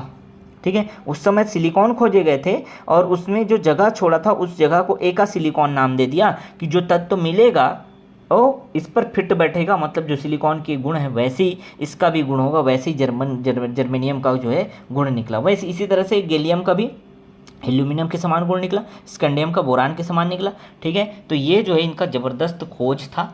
ठीक, आगे देखिए, उत्कृष्ट गैसों का समायोजन, जो बाद में फिर उत्कृष्ट गैसें या अक्रिय गैसें, इनर्ट गैस या नोबल गैस की खोज हुई, तो उन्हें मौजूदा व्यवस्था को बाधित किए बिना आवर्त सारणी के बाईं ओर रखा जा सका। ऐसा इन्होंने व्यवस्था बनाया था कि जो भी हमने अव्यवस्थित रखा है उसको बिना डिस्टर्ब किए, जो नोबल गैस है या अक्रिय गैस है उसको आवर्त सारणी के बाईं ओर रख दो बस। समझ गए, इसलिए ये जो है ज़्यादा सक्सेसफुल मॉडल रहा। ठीक है, तो याद रखिएगा मेंडलीव के आवर्त सारणी का जो है हम लाभ पढ़ लिए, अब थोड़े दोष या कमी देख लेते हैं। भाई हाइड्रोजन की स्थिति सबसे बड़ा ना जो है कंजट वाला काम कह सकते हैं हाइड्रोजन के लिए था। हाइड्रोजन की स्थिति पहले भी किसी ने अच्छे से नहीं बताया था और मेंडलीव साहब ने भी हाइड्रोजन को एक निश्चित या एक सटीक स्थान नहीं दे पाया, ये इनका सबसे बड़ा दोष निकल गया। दूसरा, इन्होंने समस्थानिक की बात नहीं की। भाई सबसे बड़ी प्रॉब्लम ये हो गया, इन्होंने सोचा जरूर कि और तत्व खोजे जाएंगे तो उसके लिए खाली जगह भी इन्होंने रखा, लेकिन जो समस्थानिक की बात करते हैं, आप सभी को पता है समस्थानिक क्या होते हैं? ऐसे तत्व, ठीक है, ऐसे जो पदार्थ जिनका परमाणु क्रमांक समान होता है लेकिन द्रव्यमान संख्या भिन्न होती है। ठीक है, कार्बन के समस्थानिक, हाइड्रोजन के समस्थानिक, प्रोटियम, ड्यूटेरियम, ट्राइटेरियम मैं पढ़ाया हूँ, नो डाउट, ज़्यादा कुछ बोलने का यहाँ जरूरत नहीं है। समस्थानिक आप सभी को पता है। ठीक है, तो समस्थानिक के लिए उनकी तालिका में समस्थानिक के लिए जो है कोई स्थान निर्धारित नहीं था। याद रखिए, इन्होंने समस्थानिकों के लिए जगह नहीं छोड़ा था क्योंकि यह परमाणु द्रव्यमान पर आधारित था ना, इनका परमाणु क्रमांक पर आधारित रहता तब ना कुछ ये सोचते। ठीक है, लेकिन ये परमाणु द्रव्यमान पर आधारित था और उसके लिए कोई भी जगह इन्होंने नहीं छोड़ा था, कोई निश्चित स्थान इन्होंने नहीं रखा था समस्थानिकों के लिए। तो दो दोष समझ आया, हाइड्रोजन की स्थिति नहीं बता पाया और समस्थानिकों के लिए इन्होंने कोई भी चर्चा या कोई भी स्थान, कोई भी जगह नहीं छोड़ा था। तीसरा देखिए, परमाणु द्रव्यमान का आधार जो है, परमाणु द्रव्यमान का आधार मौलिक सीमा अभी भी परमाणु द्रव्यमान को व्यवस्था के आधार के रूप में उपयोग करना था, ना कि परमाणु संख्या। इन्होंने अभी भी आधार परमाणु द्रव्यमान को ही माना था, जबकि पहले ही बताया गया था कि परमाणु द्रव्यमान के हिसाब से तत्वों को वर्गीकरण करना ज़्यादा सटीक नहीं बैठेगा, ठीक है। जबकि परमाणु संख्या या परमाणु क्रमांक के हिसाब से इसको क्या करना चाहिए, जमाना चाहिए, ये था। लेकिन इन्होंने जो बोला कि भाई परमाणु जो है क्या कह सकते हैं, परमाणु संख्या या परमाणु क्रमांक के हिसाब से जो है इसका तत्वों को वर्गीकरण किया जाना चाहिए, लेकिन इन्होंने नहीं किया था। परमाणु भार को ही या परमाणु द्रव्यमान को ही इन्होंने क्या किया, उपयोग करके वर्गीकरण किया था, ठीक है। उसके बाद देखिए, कुछ उदाहरणों में और असंगत जोड़े मिले थे। कुछ उदाहरणों में उच्च परमाणु द्रव्यमान वाले तत्वों को कम परमाणु द्रव्यमान वाले तत्वों से पहले रख दिया गया, ताकि जो है इन्होंने बोला ना कि गुण जो है समान रहे, तो थोड़ा बहुत फेरबदल कर दिया इन्होंने कि जो कम द्रव्यमान था उसको उससे पहले रख दिया। जैसे उदाहरण देखिए, कोबाल्ट का परमाणु द्रव्यमान कितना, 58.9, और निकिल का परमाणु द्रव्यमान 58.6, ठीक है। तो नियम से ये पहले होना चाहिए, 58.6 वाला निकिल को पहले रखा जाना था, फिर कोबाल्ट को रखा जाना था, ठीक है। लेकिन कोबाल्ट को पहले रख दिया गया निकिल से, समझ रहे ना। तो ये एक दोष निकल करके सामने आया, ठीक है। तो इन्होंने क्या किया, कुछ स्थानों पर, ऐसे तो बहुत सारे उदाहरण मिले, लेकिन कोई एक उदाहरण यहाँ पे दिया गया है कि कुछ उदाहरणों में आप देख पाओगे कि जो उच्च परमाणु द्रव्यमान वाला तत्व है उसको कम परमाणु द्रव्यमान वाले तत्व से पहले रख दिया गया है, ठीक है। तो ये जो है पूरा कॉन्सेप्ट समझ आया आपको, ठीक। ज़बरदस्त था, इन्होंने अच्छा काम किया। देखिए थ्योरी है, बहुत ज़्यादा थ्योरी है, लेकिन अच्छे से पढ़ोगे ना क्वेश्चन बनेगा यहाँ से। और जो मैं बता रहा हूँ ज़्यादा हाईलाइट करने वाली बात, जो मैं ऑलरेडी आपको बता रहा हूँ कि जो ज़्यादातर क्वेश्चन जिससे बनते हैं, ठीक है। चलिए, तो वीडियो अच्छा लग रहा है ना, तो बस लाइक करते चलिएगा। चलिए आगे बढ़ते हैं। आधुनिक आवर्त सारणी, अब आया भाई modern periodic table. Modern periodic table या आधुनिक आवर्त सारणी कैसा दिखाई देता है, जरा एक बार मैं आपको दिखा दूँ, ठीक है। उसके बाद हम आगे बढ़ेंगे, ठीक है। फिर परिचय और विकास को देखेंगे। अच्छा, एक मिनट पहले परिचय और विकास को थोड़ा समझ लेते हैं, फिर मॉडर्न पीरियोडिक टेबल मैं आपको दिखाऊंगा। स्क्रीन पे पूरा दिखेगा आपको किस तरह से मॉडर्न पीरियोडिक टेबल या आधुनिक आवर्त सारणी रखा गया, तत्वों का आधुनिक आवर्त सारणी कैसे था, ठीक है। तो परिचय और विकास को देख लेते हैं। सबसे पहले डोबेराइनर आए, जिन्होंने त्रिक नियम दिया। न्यूलैंड आए, अष्टक नियम दिया। उससे पहले भी कौन आए थे भाई, उससे पहले भी आए थे बर्जीलियस, ठीक है, बर्जीलियस, फिर डोबेराइनर। तो बर्जीलियस, फिर डोबेराइनर, फिर न्यूलैंड। डोबेराइनर ने त्रिक नियम, न्यूलैंड ने अष्टक नियम दिया, ठीक है। इस तरह से इन्होंने परमाणु भार के आधार पर तत्वों को क्या किया, वर्गीकरण करने का प्रयास किया, व्यवस्थित करने का प्रयास किया। लेकिन उनके सिद्धांत में कुछ ना कुछ जो है क्या हुआ, समस्या पाया गया, दोष पाया गया, जिसके कारण वो सभी विफल भी रहे। उसके बाद है मेंडलीफ भाई साहब। मेंडलीफ ने बहुत अच्छा काम किया, उन्होंने आवर्त सारणी में आवर्त सारणी का जनक भी कहा जाता है इसलिए इनको, ठीक है। तो आवर्त सारणी में बहुत अच्छा योगदान दिया, ठीक है, और इनको आवर्त सारणी का जनक कहा जाता है, ये मोस्ट इंपॉर्टेंट है, याद रखिएगा। अब मेंडलीफ की गलती ये थी कि उन्होंने भी तत्वों को परमाणु द्रव्यमान के हिसाब से, परमाणु भार के हिसाब से जमाया। अगर मेंडलीफ साहब परमाणु क्रमांक के हिसाब से या परमाणु संख्या के हिसाब से अगर जो तत्वों का वर्गीकरण उन्होंने किया था उसको किया होता ना, तो ये ज़्यादा सक्सेस हो जाते हैं। लेकिन इन्होंने भी अपना आधार गलत ले लिया कि परमाणु द्रव्यमान है, परमाणु भार के आधार पर ही तत्वों को क्या किया, व्यवस्थित किया, जो कि गलत साबित हुआ, ठीक है। तो भाई ये पूरा इतिहास था, हम लोग देखें। उसके बाद है हेनरी मोसले साहब, ध्यान से देखिए। अब मेंडलीफ के बाद कौन है, हेनरी मोसले। हेनरी मोसले ने क्या किया, तत्वों को उनके परमाणु क्रमांक के आधार पर व्यवस्थित किया। ये पहले वैज्ञानिक थे जिन्होंने सोचा कि भाई क्यों ना तत्वों को उनके परमाणु क्रमांक, परमाणु संख्या के ही आधार पर हम क्या करें, वर्गीकरण करें, व्यवस्थित करें। इसलिए हेनरी मोसले को ही आधुनिक आवर्त सारणी का जनक, father of modern periodic table कहा जाता है। समझ गए। अब ये जो हेनरी ने जो अपना आवर्त सारणी दिया, ठीक है, उसे ही आधुनिक आवर्त सारणी के नाम से जाना जाता है। आधुनिक आवर्त सारणी का जनक भी कहा जाता है हेनरी मोसले को। और मोसले का जो आवर्त सारणी मेंडलीफ की तुलना में अत्यंत व्यापक, तार्किक और सरलीकृत था। तो मोसले ने जो अपना पीरियोडिक टेबल दिया था, आवर्त सारणी दिया था, उससे ज़्यादा सरल था, ज़्यादा व्यापक था। व्यापक कहने का मतलब बहुत डिटेल्ड जानकारी दिया, और तार्किक भी था, किसी भी तरह का इलॉजिकल सेंस या इलॉजिकल बात नहीं था मोसले ने, क्योंकि इन्होंने मेन काम कर दिया। क्या काम कर दिया, इन्होंने तत्वों को परमाणु क्रमांक या परमाणु संख्या के हिसाब से जो है व्यवस्थित किया। समझ गए। बस बाकी जो जितने भी साइंटिस्ट है, जितने भी रसायनज्ञ है, उन्होंने क्या किया कि तत्वों को उनके बढ़ते हुए परमाणु भार के आधार पर, परमाणु द्रव्यमान के हिसाब से जो है इस तरह से जमाया। लेकिन ये जो आए कौन, हेनरी मोसले साहब। हेनरी मोसले ने क्या किया, परमाणु जो है क्रमांक को, परमाणु संख्या को इन्होंने आधार माना और तत्वों का वर्गीकरण किया। ठीक। अब मोस्ले का नियम क्या था? मोस्ले का जो नियम था, ठीक है, मोस्ले का नियम समझिए। हेनरी मोस्ले का एक महत्वपूर्ण कथन है, ये भी पेपर में आता है, याद रखिए। किसी तत्व के भौतिक तथा रासायनिक गुण उनके परमाणु क्रमांक के आवर्ती फलन होते हैं। मोस्ट इंपॉर्टेंट, स्टार लगा लीजिए। ऐसे ऐसे क्वेश्चन डायरेक्ट आपके एग्जाम में आने वाले हैं, सीधे सीधे आने वाले हैं। और यहाँ पर आप बना करके ना इतना मन प्रसन्न हो जाएगा आपका, जब आप पेपर में बैठोगे और ऐसे सवाल आएंगे। और अगर ध्यान से आपने हमारा क्लास अटेंड किया है, देखिएगा 60 क्वेश्चन में से मैं गारंटी देता हूँ 55 प्लस क्वेश्चन आप ऐसे ही अटेम्प्ट करके आएंगे। ठीक है, 5 क्वेश्चन के लिए आपको थोड़ा दिमाग लगाना पड़ेगा, लेकिन 55 प्लस क्वेश्चन मैं कह रहा हूँ आप ऐसे ही अटेम्प्ट करके आएंगे, गारंटी देता हूँ, अगर आपने पूरी ईमानदारी के साथ पूरा क्लास लिया है तो। ठीक है, चलिए तो देखते हैं हेनरी मोस्ले का जो महत्वपूर्ण कथन है वो क्या था कि किसी तत्व का भौतिक तथा रासायनिक गुण उनके परमाणु क्रमांक के आवर्ती फलन होते हैं, मोस्ले साहब ने कहा। और जस्ट इसमें थोड़ा सा परिवर्तन कर दिया, परमाणु क्रमांक की जगह परमाणु द्रव्यमान डाल दें तो ये कथन किसका हो जाता है? ये कथन हो जाएगा किसका? चलिए बताइए, मेंडलीफ का। मैंने बोला था मेंडलीफ का भी कथन याद रखिएगा। मेंडलीफ को आवर्त सारणी का जनक कहा जाता है, हेनरी मोस्ले को आधुनिक आवर्त सारणी का जनक कहा जाता है। मेंडलीफ का भी कथन याद रखिएगा और इनका भी कथन। तो इन्होंने जो कहा था वो परमाणु क्रमांक पे ध्यान दीजिएगा, परमाणु क्रमांक के आवर्ती फलन होते हैं, समझ गए। अब यह कथन दर्शाता है कि तत्वों के गुण और उनके परमाणु क्रमांक पर निर्भर करते हैं, समझ रहे। इन्होंने बोला जिस हिसाब से, तब पता चला कि नहीं भाई, तत्वों का गुण जो है उनके परमाणु द्रव्यमान पर नहीं, परमाणु द्रव्यमान या जो है परमाणु भार पर निर्भर नहीं करता, वो जो है उसके परमाणु क्रमांक या परमाणु संख्या पर निर्भर करता है, याद रखिएगा, समझ गए। इसकी तुलना में जो मेंडलीफ का कथन था कि गुण परमाणु द्रव्यमान के आवर्ती फलन होते हैं, ये किसने कहा था? मेंडलीफ ने। तो तुलना ये था भाई, दोनों में कंपैरिजन ये था कि इन्होंने बस परमाणु द्रव्यमान कहा था और इन्होंने परमाणु क्रमांक के आवर्ती फलन होते हैं। ठीक। अब आधुनिक आवर्त सारणी में अगर बात करें तो तत्वों की संख्या की अगर बात करें तो आधुनिक आवर्त सारणी में कुल 118 तत्व शामिल हैं। टोटल कितने एलिमेंट हैं? 118, 118 तत्व। मैंने कहा भी था, अच्छे से इसको रट लीजिए, याद कर लीजिए, बहुत ज़्यादा इंपॉर्टेंट है।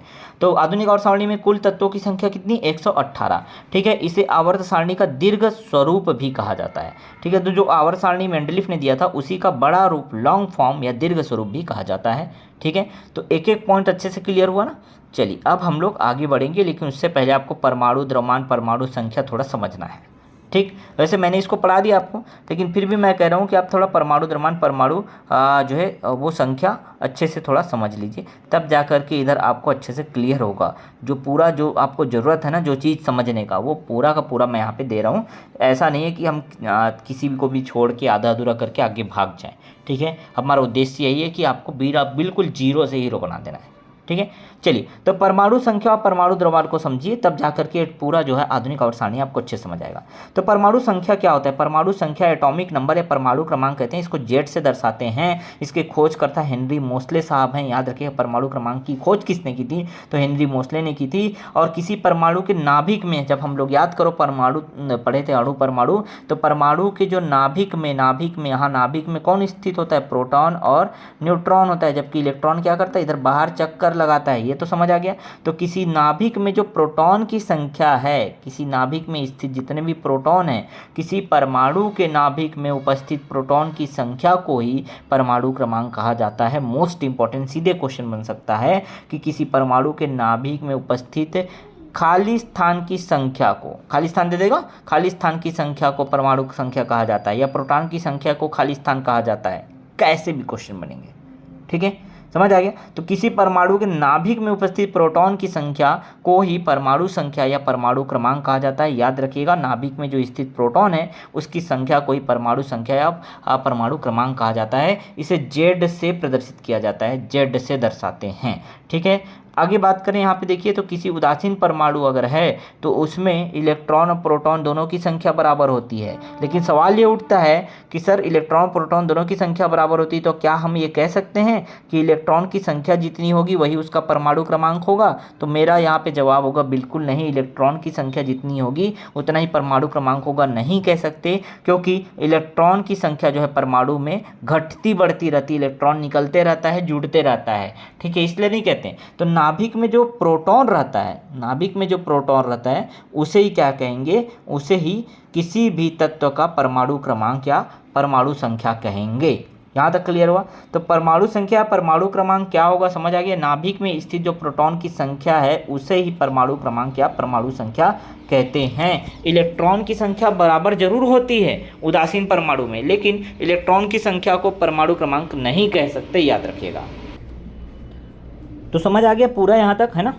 तो इलेक्ट्रॉन और प्रोटॉन की संख्या बराबर होती है किसमें, उदासीन परमाणु में, लेकिन प्रोटॉन की संख्या को ही परमाणु क्रमांक कहते हैं, इलेक्ट्रॉन की संख्या को परमाणु क्रमांक नहीं कहेंगे। कारण भी मैंने बता दिया, क्योंकि इलेक्ट्रॉन की संख्या घटती बढ़ती रहती है। ठीक, अब परमाणु भार या परमाणु संख्या, परमाणु द्रव्यमान क्या है। परमाणु संख्या तो समझ ले, परमाणु भार जिसको एटॉमिक मास भी कहा जाता है, या परमाणु द्रव्यमान आखिर होता क्या है, इसको समझिए।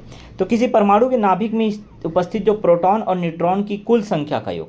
तो अभी मैंने बताया था, ऐसे समझिए, ये परमाणु है, इसका बीच में क्या होता है, नाभिक होता है, और नाभिक में होता है प्रोटॉन और न्यूट्रॉन, ये दोनों पाए जाते हैं। इलेक्ट्रॉन क्या करता है, इसके चक्कर लगाता है, नाभिक के चक्कर लगाते रहता है। ठीक है, कक्षा में, किसी कक्षा में। अब किसी परमाणु का पूरा द्रव्यमान कहाँ स्थित होता है पता है, इसी पे, इसी नाभिक में स्थित होता है। मतलब सीधा सीधा कहोगे कि जितने प्रोटॉन हैं और जितने न्यूट्रॉन हैं, उन दोनों की संख्या को ही उस परमाणु का परमाणु द्रव्यमान कहा जाता है। तो परमाणु क्रमांक अगर बोलेगा तो प्रोटॉन की संख्या, जबकि परमाणु द्रव्यमान बोलेगा तो प्रोटॉन प्लस न्यूट्रॉन की संख्या। इसे ए से प्रदर्शित करते हैं, देख ली, परमाणु द्रव्यमान बराबर प्रोटॉन की संख्या प्लस न्यूट्रॉन की संख्या, और प्रोटॉन की संख्या को ही परमाणु क्रमांक कहते हैं, इसलिए परमाणु संख्या प्लस न्यूट्रॉन की संख्या भी कह सकते हैं।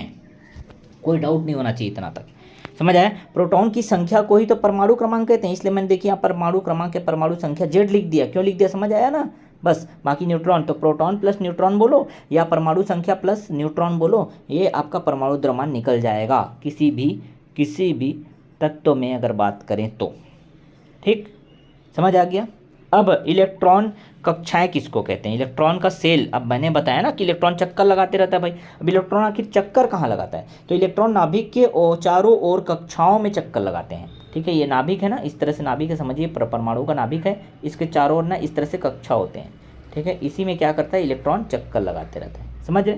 तो जो पहला कक्षा है उसको पहला, इसको बोलते हैं क्या, कक्षा, पहली कक्षा बोलेंगे, ये पहला अंदर में जो दिख रहा है, बाहर वाले को दूसरी कक्षा, तीसरी कक्षा और चौथी कक्षा, इस तरह से चलते जाते हैं। ठीक है, तो यहाँ इसको मैं नंबरिंग कर देता हूँ, ये पहला कक्षा है, दूसरा कक्षा, ये तीसरा कक्षा और ये बाहर वाला चौथा कक्षा। तो 4 कक्षा आपको इस चित्र में दिख रहे होंगे। अब किस कक्षा में कितने इलेक्ट्रॉन होंगे, तो चित्र से समझिए भाई, ये कक्षा छोटा है तो यहाँ इलेक्ट्रॉन की संख्या कम होगी, जबकि चौथा वाला कक्षा आपको दिख रहा है बहुत बड़ा है, मतलब इलेक्ट्रॉन की संख्या ज़्यादा हो सकती है यहाँ। ठीक है, तो अब देखिए कितने इलेक्ट्रॉन कौन से कक्षा में होते हैं। इसको KLMN कक्षा भी कहा, इसको मैं पहले भी पढ़ा चुका हूँ परमाणु संरचना वाले में, लेकिन फिर से यहाँ पे रिपीट कर रहा हूँ। KLMN कक्षा कहा, पहले कक्षा को K बोला, दूसरे को L बोला, तीसरे को M बोला, चौथे को N बोला। ठीक है, अब किस में कितना इलेक्ट्रॉन रहेगा वो डिपेंड करता है ये कौन सी कक्षा की बात कर रहे हैं आप, कौन सी कक्षा पे रहेगा। तो उसके लिए एक सिंपल सा सूत्र बनाया गया। कौन सा सूत्र बनाया गया, ये मिटा दूँ ना, अच्छे समझ आ गया नहीं। ठीक है, किस तरह से रहता है, क्लियर हो गया। अब देखिए सूत्र ये दिया गया कि 2n का वर्ग, ये सूत्र है 2n का वर्ग। अब भाई 2n का वर्ग अगर आपको पता है ना, तो किस कक्षा में कितने इलेक्ट्रॉन रहेंगे वो आप ऐसे ही निकाल लोगे। ठीक है, जैसे पहली कक्षा की बात करते हैं तो n के जगह में वर्ग रख देना, तो 1 का क्या हो जाएगा, स्क्वायर हो जाएगा। ठीक है, और ये 2 बाहर है तो ये हो जाएगा 2, और 1 का वर्ग करोगे 1 ही होगा, 2 एकम 2। दूसरी कक्षा की बात करेंगे तो हो जाएगा 2 का वर्ग। ठीक है, और 2 तो बाहर है ही, तो क्या हो जाएगा, जब इसको हल करोगे तो 2 का वर्ग होता है कितना, 4, 4 दूनी कितना हो जाएगा, 8 हो जाएगा। मतलब पहली कक्षा में 2 इलेक्ट्रॉन, दूसरी कक्षा में 8 इलेक्ट्रॉन। इस तरह से निकालते जाओगे तो तीसरी कक्षा में 18 निकलेगा और चौथी कक्षा में 32 निकलेगा। ठीक है, तो ये आपको रट लेना है। क्या रट लेना है, सीधा बोलो मैं, 2, 8, 18 और 32, ये लो, सीधा सिंपल सा बात। पहली कक्षा में 2, ज़्यादा से ज़्यादा 2 इलेक्ट्रॉन रहेंगे, 2 से ज़्यादा तीसरा इलेक्ट्रॉन रह ही नहीं सकता। दूसरी कक्षा में 8 इलेक्ट्रॉन, तीसरी कक्षा में 18 अधिकतम मैक्सिमम, और चौथी कक्षा में 32 से ज़्यादा इलेक्ट्रॉन नहीं हो सकते। ठीक है, तो पहली कक्षा में 2, दूसरी में 8, तीसरे में 18 और चौथे में 32, अधिकतम मैक्सिमम 32 इलेक्ट्रॉन हो सकते हैं चौथी कक्षा में। ठीक है, अच्छे समझ आए। ये सूत्र याद रखना है, रटने का जरूरत नहीं है इस सूत्र को, आप ये नंबर रख लीजिए ना, बस मैजिकल नंबर 2, 8, 18 और 32। पहली कक्षा, दूसरी कक्षा, तीसरी कक्षा, चौथी कक्षा। ठीक है, चलिए यहाँ तक समझ आया पूरा। ठीक है, तो इलेक्ट्रॉन कहाँ रहता है, न्यूट्रॉन प्रोटॉन कहाँ रहते हैं, और प्रोटॉन की संख्या को ही परमाणु क्रमांक कहते हैं, परमाणु संख्या कहते हैं, और प्रोटॉन न्यूट्रॉन की संख्या या परमाणु क्रमांक और न्यूट्रॉन की संख्या को परमाणु द्रव्यमान कहते हैं। ठीक है, परमाणु भार कहते हैं। यहाँ तक मैंने पूरा अच्छे से डिटेल से आपको बता दिया। इतना अगर आप समझ गए ना, तब आपके लिए बहुत आसान होगा इस चैप्टर को समझना। ठीक है, अब बात करें हम लोग structure of modern periodic table की, पीरियोडिक टेबल क्या होते हैं, उसके स्ट्रक्चर थोड़ा देख लेते हैं, आधुनिक आवर्त सारणी की जो संरचना कैसी होती है। ठीक है, तो एक बार देखिए, एक आपको इमेज शो हो रहा होगा यहाँ पे स्क्रीन पे, वो आप अच्छे से देख लीजिए किस तरह से होता है। ठीक है, फिर हम इसको चर्चा करेंगे, किसको हम लोग क्या कहते हैं, आवर्त कहते हैं, किसे वर्ग कहते हैं, ऊर्ध्वाधर जो स्तंभ होता है, जो वर्टिकल कॉलम होते हैं उसको वर्ग कहते हैं, जो क्षैतिज या हॉरिजॉन्टल जो रो होते हैं उसको आवर्त कहा जाता है। ठीक है, कितने आवर्त होते हैं, कितने वर्ग होते हैं, इस सीधे सीधे डायरेक्टली आपके पेपर में इससे क्वेश्चन बनने वाले हैं। ठीक है, तो देखिए एक डायग्राम आपको दिख रहा होगा, उसको पहले समझिए, देन आफ्टर हम आगे मूव करेंगे। तो देखिए डायग्राम आपको दिख रहा होगा ना, ये डायग्राम जो है मॉडर्न पीरियोडिक टेबल का है। ये आधुनिक आवर्त सारणी है जिसमें तत्वों को वर्गीकरण करके रखा गया है, बहुत सारे तत्व आपको दिख रहे होंगे। ठीक है, तो ध्यान समझिएगा, यहाँ पे ये जो है ना, ये जो इस तरह से आपको ऊर्ध्वाधर कॉलम दिख रहा है, इस तरह से देखिए ऊर्ध्वाधर कॉलम, ऊर्ध्वाधर कॉलम को ही क्या कहते हैं, वर्ग कहते हैं। इसको क्या कहते हैं, वर्ग या समूह कहते हैं। ठीक है, और दूसरा देखिए इस तरह से क्षैतिज कॉलम भी दिख रहे होंगे आपको, हाँ देखिए, इसे क्या कहते हैं, इसे आवर्त कहते हैं। तो दोनों याद रहेगा, इसे वर्ग या समूह कहते हैं। जो ऊर्ध्वाधर कॉलम दिख रहा है, ऊर्ध्वाधर जो है आपको पंक्ति दिख रहा है, और क्षैतिज जो पंक्ति दिख रहा है, क्षैतिज हॉरिजॉन्टल जो रो दिख रहे हैं आपको, ठीक है, वो उसे आवर्त कहा जाता है। उसे क्या कहा जाता है, आवर्त। तो जो वर्ग किसे कहा जाता है, आवर्त किसे कहा जाता है, ये तो क्लियर हो गया ना। सीधे सीधे क्वेश्चन बनेगा पेपर में कि आधुनिक आवर्त सारणी में जो ऊर्ध्वाधर पंक्ति है उसे क्या कहते हैं, या खाली स्थान कहते हैं। तो आपका करेक्ट आंसर होगा वर्ग कहते हैं, ग्रुप कहते हैं, समूह कहते हैं। ओके, यहाँ तक क्लियर हुआ। अब बात करें अगर संख्या की, तो देखिए आपको पूरे यहाँ पे डायग्राम में दिख भी रहा होगा, यहाँ से देखिए नंबरिंग भी किया है, 1 2 3 4 5 6 7 ऐसे करते करते नंबरिंग किया है, 18 तक गया है। और ऊर्ध्वाधर जो है पंक्ति, ऊर्ध्वाधर जो कह सकते हैं, कॉलम कह सकते हैं, स्तंभ, वो कितने हैं, 18 हैं। और इसी को कहा जाता है वर्ग। मतलब अगर मैं बात करूँ मॉडर्न पीरियोडिक टेबल या आधुनिक आवर्त सारणी में वर्ग की संख्या कितनी है, तो वर्गों की संख्या कितनी है, 18 है। याद रहेगा, रटने वाली बात नहीं है। डायग्राम अपने माइंड पे जो है फिट कर लीजिए, ये ऐसा दिखाई देता है, 18 वर्ग हैं। और समूह की बात करेंगे तो ध्यान से देखिए, ये क्षैतिज है, 1 2 3 4 ऐसे नंबरिंग किया गया है। तो जब आप देखेंगे इसको तो ये 7 दिखाई देंगे। मतलब आवर्त की संख्या अगर बोलेगा तो आवर्त की संख्या क्या होगा, 7 होगा। ये आपको इस डायग्राम में क्लियर दिख रहा है। बाकी ज़रूरत पड़ने पर मैं डायग्राम आपको बीच बीच में शो करते जाऊँगा। नेट से भी आप इस डायग्राम को निकाल सकते हैं, आपके हाथ में मोबाइल है, मोबाइल में सर्च कर सकते हैं। ठीक है, किसी अनेक काम के लिए कभी मोबाइल यूज़ कर लिया करो। ठीक है, तो मोबाइल में सर्च करना है आपको आधुनिक आवर्त सारणी, यह टेबल आपको दिखाई देगा। बहुत सारे आपको टेबल दिखाई देंगे जो और अच्छे से एक्सप्लेन किए होंगे। मैं यहाँ पे बताया हूँ बस कि इस तरह से 1 2 3 4 जो दिख रहे हैं आपको 18 तक वो वर्ग है। वर्गों की संख्या कितनी है आधुनिक आवर्त सारणी में, 18 है, जबकि आवर्त की संख्या कितनी है, 7 है। ये याद रखिएगा। ठीक है, और ये जो अलग से दिख रहा है ना नीचे, वो कोई और नहीं है, कोई कहीं जादू से नहीं है, ये 6वें और 7वें में से ही लिया गया है, टेंशन मत लीजिए। इसीलिए देखिए यहाँ पे लिखा है, ये खाली स्थान है ना, यहाँ से उठा करके यहाँ डाल दिया 14 तत्वों को, यहाँ से उठा करके यहाँ डाल दिया। इसको क्या कहते हैं पूरा पढ़ेंगे, टेंशन वाली बात नहीं है। किसको क्या कहते हैं पूरा का पूरा आपको अच्छे से समझ आने वाला है। ठीक, क्लियर हुआ। चलिए आगे बढ़ें, वापस आते हैं। सो डायग्राम देखने के बाद आपको ये चीज़ तो क्लियर हो गया कि आधुनिक आवर्त सारणी में 7 क्षैतिज पंक्तियाँ हॉरिजॉन्टल रोज हैं और 18 ऊर्ध्वाधर स्तंभ मतलब वर्टिकल कॉलम है। इसलिए क्षैतिज पंक्ति को आवर्त कहा जाता है और वो आवर्त की संख्या कितनी है, 7 है। सीधे सीधे याद रखिएगा। जबकि ऊर्ध्वाधर स्तंभ को वर्ग कहा जाता है और वर्गों की संख्या कितनी है, 18 है। ये क्लियर हो गया। ठीक है, अब देखिए एक और बात बता दूं, ये सभी अगर आपको PDF वगैरह सब चाहिए ना, तो हमारा जो है ऑफिशियल ऐप है सिंगरोल ट्यूटोरियल के नाम से, उसे आपको क्या कर लेना है, डाउनलोड कर लेना है।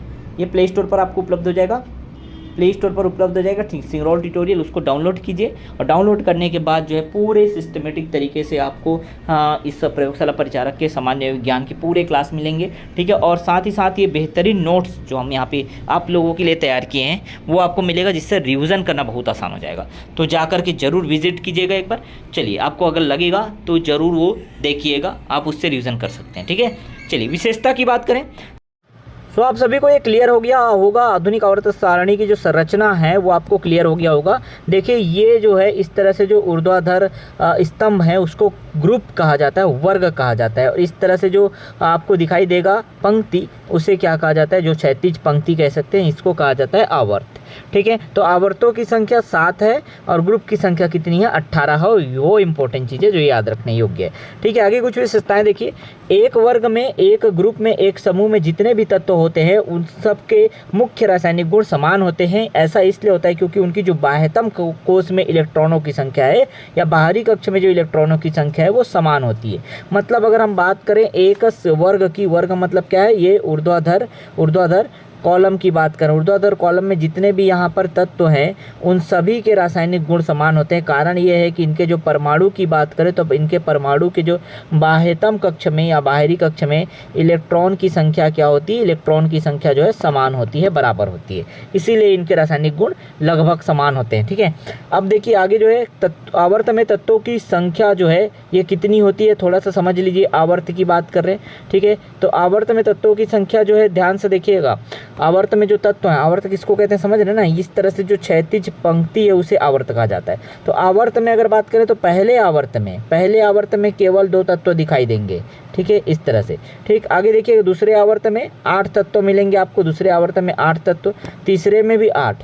तो ऐसे याद रखिएगा इसको, पहले आवर्त में 2, तो 2 8 8, 2 8 18 32 होता है ना, फिर 18 और 32। वैसे तो ये मैजिकल नंबर 2 8 18 32 ये होता है ना। ठीक है, अब इसको क्या करिएगा, पहले 2 8 18 लिख दीजिएगा, 2 8 18 32। ये इलेक्ट्रॉनों की अधिकतम संख्या वाला मैं याद करने बोला था आपको, ठीक है, कि किस कोष में कितने इलेक्ट्रॉन हो सकते हैं, वो याद रख लिए ना तो आपका काम बन जाएगा। देखिए, तो शुरू है और जो लास्ट है उसमें कुछ नहीं बदलेगा, और जो बीच में दोनों है उसमें सेम चीज़ें रिपीट कर दो बस। तो इससे क्या हो जाएगा, पहले आवर्त में 2 तत्व बिल्कुल, दूसरे आवर्त में 8, तीसरे में भी 8, चौथे में 18, पाँचवें में भी 18, ठीक है, और छठवें में कितना हो जाएगा 32, और सातवें में भी क्या हो जाएगा फिर 32, ये याद रखिएगा। लेकिन अभी ये अपूर्ण है, इसलिए मैं बोला कि पहला और आखिरी वाला जो है उसको सेम रखिएगा, और लास्ट में जो आ जाएगा 7वां आवर्त उसको भी 32 अभी फिलहाल रखिएगा, क्योंकि अभी अपूर्ण है, भविष्य में नए तत्व की खोज हो सकती है, इसलिए इसको जो है आपको छोड़ के रखने बोला हूँ मैं। बाकी ऐसे स्ट्रिक से याद कर सकते हैं, ठीक है, नहीं ऐसे करना है तो आप सीधे ये नंबर याद कर लीजिए, बस कोई दिक्कत नहीं है। 2 8 8 18 18 32 32, ठीक है, तो भी काम बन जाएगा। समझ आ गया। अब ये ब्लॉक्स क्या होते हैं उसको भी थोड़ा समझ लीजिए। आधुनिक आवर्त सारणी को 4 मुख्य ब्लॉकों में बांटा गया है, अलग अलग ब्लॉक में बांटा गया है, ठीक है। ब्लॉक का नाम क्या क्या रखा गया, देखिए, एक होता है एस ब्लॉक, दूसरा होता है पी ब्लॉक, तीसरा होता है डी ब्लॉक और चौथा होता है एफ ब्लॉक। तो एस पी डी और एफ ब्लॉक है, याद रखिएगा। 4 ब्लॉक पहले नाम याद कर लीजिए, S block, B P block, D block, F block, S P D F. एक बार डायग्राम देखिए फिर अच्छे समझ आ जाएगा। सो देखिए, आपको स्क्रीन पे दिख रहा होगा आवर्त सारणी का पूरा एक डायग्राम, आवर्त सारणी पूरा दिखाई दे रहा है। अब इसमें देखिए, यहाँ पर जब आप देखेंगे ना तो ये ऊपर में लिखा हुआ मिलेगा आपको, देखिए ये है एस ब्लॉक तत्व, एस ब्लॉक एलिमेंट। इधर जब देखेंगे तो यहाँ से यहाँ तक 13 से 18 तक ये आता है P block element, P block तत्व, ठीक है। 1 और 2 जो वर्ग है या ग्रुप है वो आता है एस ब्लॉक में, और 13 से 18 आता है पी ब्लॉक में, ठीक है। और बाकी 3 से जो 12 बच गए बीच वाले, ठीक है, ये आता है किसमें, डी ब्लॉक में, ठीक। और जो नीचे जो दिख रहे हैं आपको 2 अलग से, वो आते हैं एफ ब्लॉक में। बहुत सिंपल है। तो एस देखिए, ये हो जाएगा एस ब्लॉक, ये पूरा हो जाएगा पी ब्लॉक, ये बीच वाला हो जाएगा डी ब्लॉक, और यहीं डी से निकल करके जो इधर जमाया गया है नीचे वो आता है F block, S P D F block. कहाँ रहेगा समझ आ गया। एस ब्लॉक इधर कॉर्नर पे, ठीक है, आपके लेफ्ट साइड पे अगर बात करें मॉडर्न पीरियोडिक टेबल में, तो राइट साइड पे क्या रहेगा, पी ब्लॉक रहेगा 13 से 18, ठीक है। और डी ब्लॉक कहाँ रहेगा, फिर 3 से लेकर 12 तक, ठीक है। वर्ग या समूह 3 से 12 तक जो है डी ब्लॉक रहेगा, ठीक। अब बात करें यहाँ पर एफ ब्लॉक, इसी में से निकल करके आएगा। वर्ग क्रमांक अगर बात करें 4 से लेकर के पूरा 18 तक, 18 तक, 4 से 18 मत कहिए, सीधा इसको याद रखिए इस तरह से कि 6वें और 7वें आवर्त से, ऐसे याद रखिएगा, ज़्यादा अच्छा रहेगा। 6वें और 7वें आवर्त से जो है 14 तत्वों को निकाल करके एफ ब्लॉक तत्व बना दिया गया है, ठीक है। इसको और डिटेल से मैं बताऊंगा, लेकिन अभी फिलहाल नाम बस देख लीजिए। ये नाम बताने के लिए मैंने ये डायग्राम आपको फिर से दिखाया कि यहाँ पर ये एस ब्लॉक है, ये पी ब्लॉक है, दिख रहा होगा, बहुत छोटा जरूर दिख रहा होगा लेकिन क्लियर दिख रहा होगा। ये डी ब्लॉक है, और नीचे देखिए लिखा होगा एफ ब्लॉक एलिमेंट, जिसको लेंथेनाइट्स और एक्टिनाइट्स भी कहते हैं। आगे पूरा डिटेल है इसका, ठीक है। चलिए समझ आ। सो वापस देखिए एस ब्लॉक के तत्व में, एस ब्लॉक एलिमेंट जिसको कहते हैं, इसमें क्या होता है, इन तत्वों के संयोजी इलेक्ट्रॉन जो है एस कक्षक में जाते हैं, इसलिए एस ब्लॉक के तत्व कहते हैं। ठीक है, इसमें जो होता है वर्ग 1 और 2, वर्ग 2, 1 और 2 वाले बस आते हैं इस ब्लॉक में। ठीक है, हीलियम को भी एस ब्लॉक में शामिल किया गया है, ये बात याद रखिएगा। ठीक है, इस ब्लॉक के सभी तत्व आमतौर पर धातुएं होती है, याद रखिएगा, ये इंपॉर्टेंट चीज़ है। तो एस ब्लॉक में क्यों कहते हैं, इसका नाम पड़ गया क्योंकि एस कक्षक में जाते हैं इलेक्ट्रॉन। कहाँ जाते हैं, एस कक्षक में संयोजी जो इलेक्ट्रॉन है एस कक्षक में जाते हैं, पी वाले में संयोजी इलेक्ट्रॉन पी कक्षक में जाएंगे। ठीक है, एक लाइन आपको याद रखना, फिर चारों का याद हो जाएगा। ठीक, दूसरा चीज़ डायग्राम में मैंने बता दिया कि ये वर्ग 1 और वर्ग 2 के अंतर्गत आते हैं। वर्ग 1 और वर्ग 2 में जितने भी तत्व शामिल है सब एस ब्लॉक के तत्व कहलाते हैं। ठीक है, हीलियम को भी एस ब्लॉक में शामिल किया गया है, और इस ब्लॉक के जितने भी तत्व हैं ज़्यादातर आमतौर पर ये धातुएं होती हैं, मेटल्स होती हैं। ठीक है, वापस आते हैं दूसरे जो ब्लॉक है पी ब्लॉक पर। पी ब्लॉक को देखिए, पी ब्लॉक में जो संयोजी इलेक्ट्रॉन है वो पी कक्षक में प्रवेश करते हैं, और 13 से लेकर वर्ग 18 तक। ठीक है, हीलियम को लेकिन छोड़ना है, इसलिए बोल रहा हूँ, हीलियम आपको दिखाई देगा ऊपर में, लेकिन वो एस ब्लॉक का तत्व है, हीलियम को नहीं लिया जाता पी ब्लॉक में, याद रखिएगा। ठीक है, एस ब्लॉक का तत्व है हीलियम। तो 13 से लेकर 18 तक, वर्ग 13 से वर्ग 18 तक सभी पी ब्लॉक तत्व हैं, लेकिन हीलियम को छोड़कर, याद रखिएगा।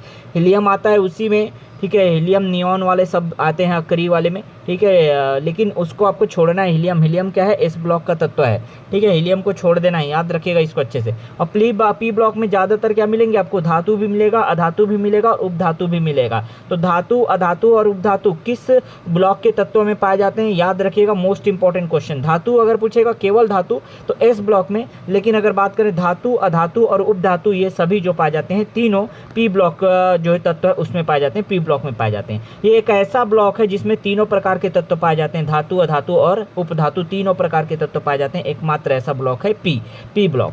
ठीक है, अब आगे आते हैं डी ब्लॉक में। डी ब्लॉक के तत्वों को देखिए, इसमें जो संयोजी इलेक्ट्रॉन है वो डी कक्षक में प्रवेश करते हैं, और 3 से लेकर, ध्यान से देखिए, 3 से लेकर वर्ग 3 से वर्ग 12 तक के सभी तत्व इसमें शामिल हैं।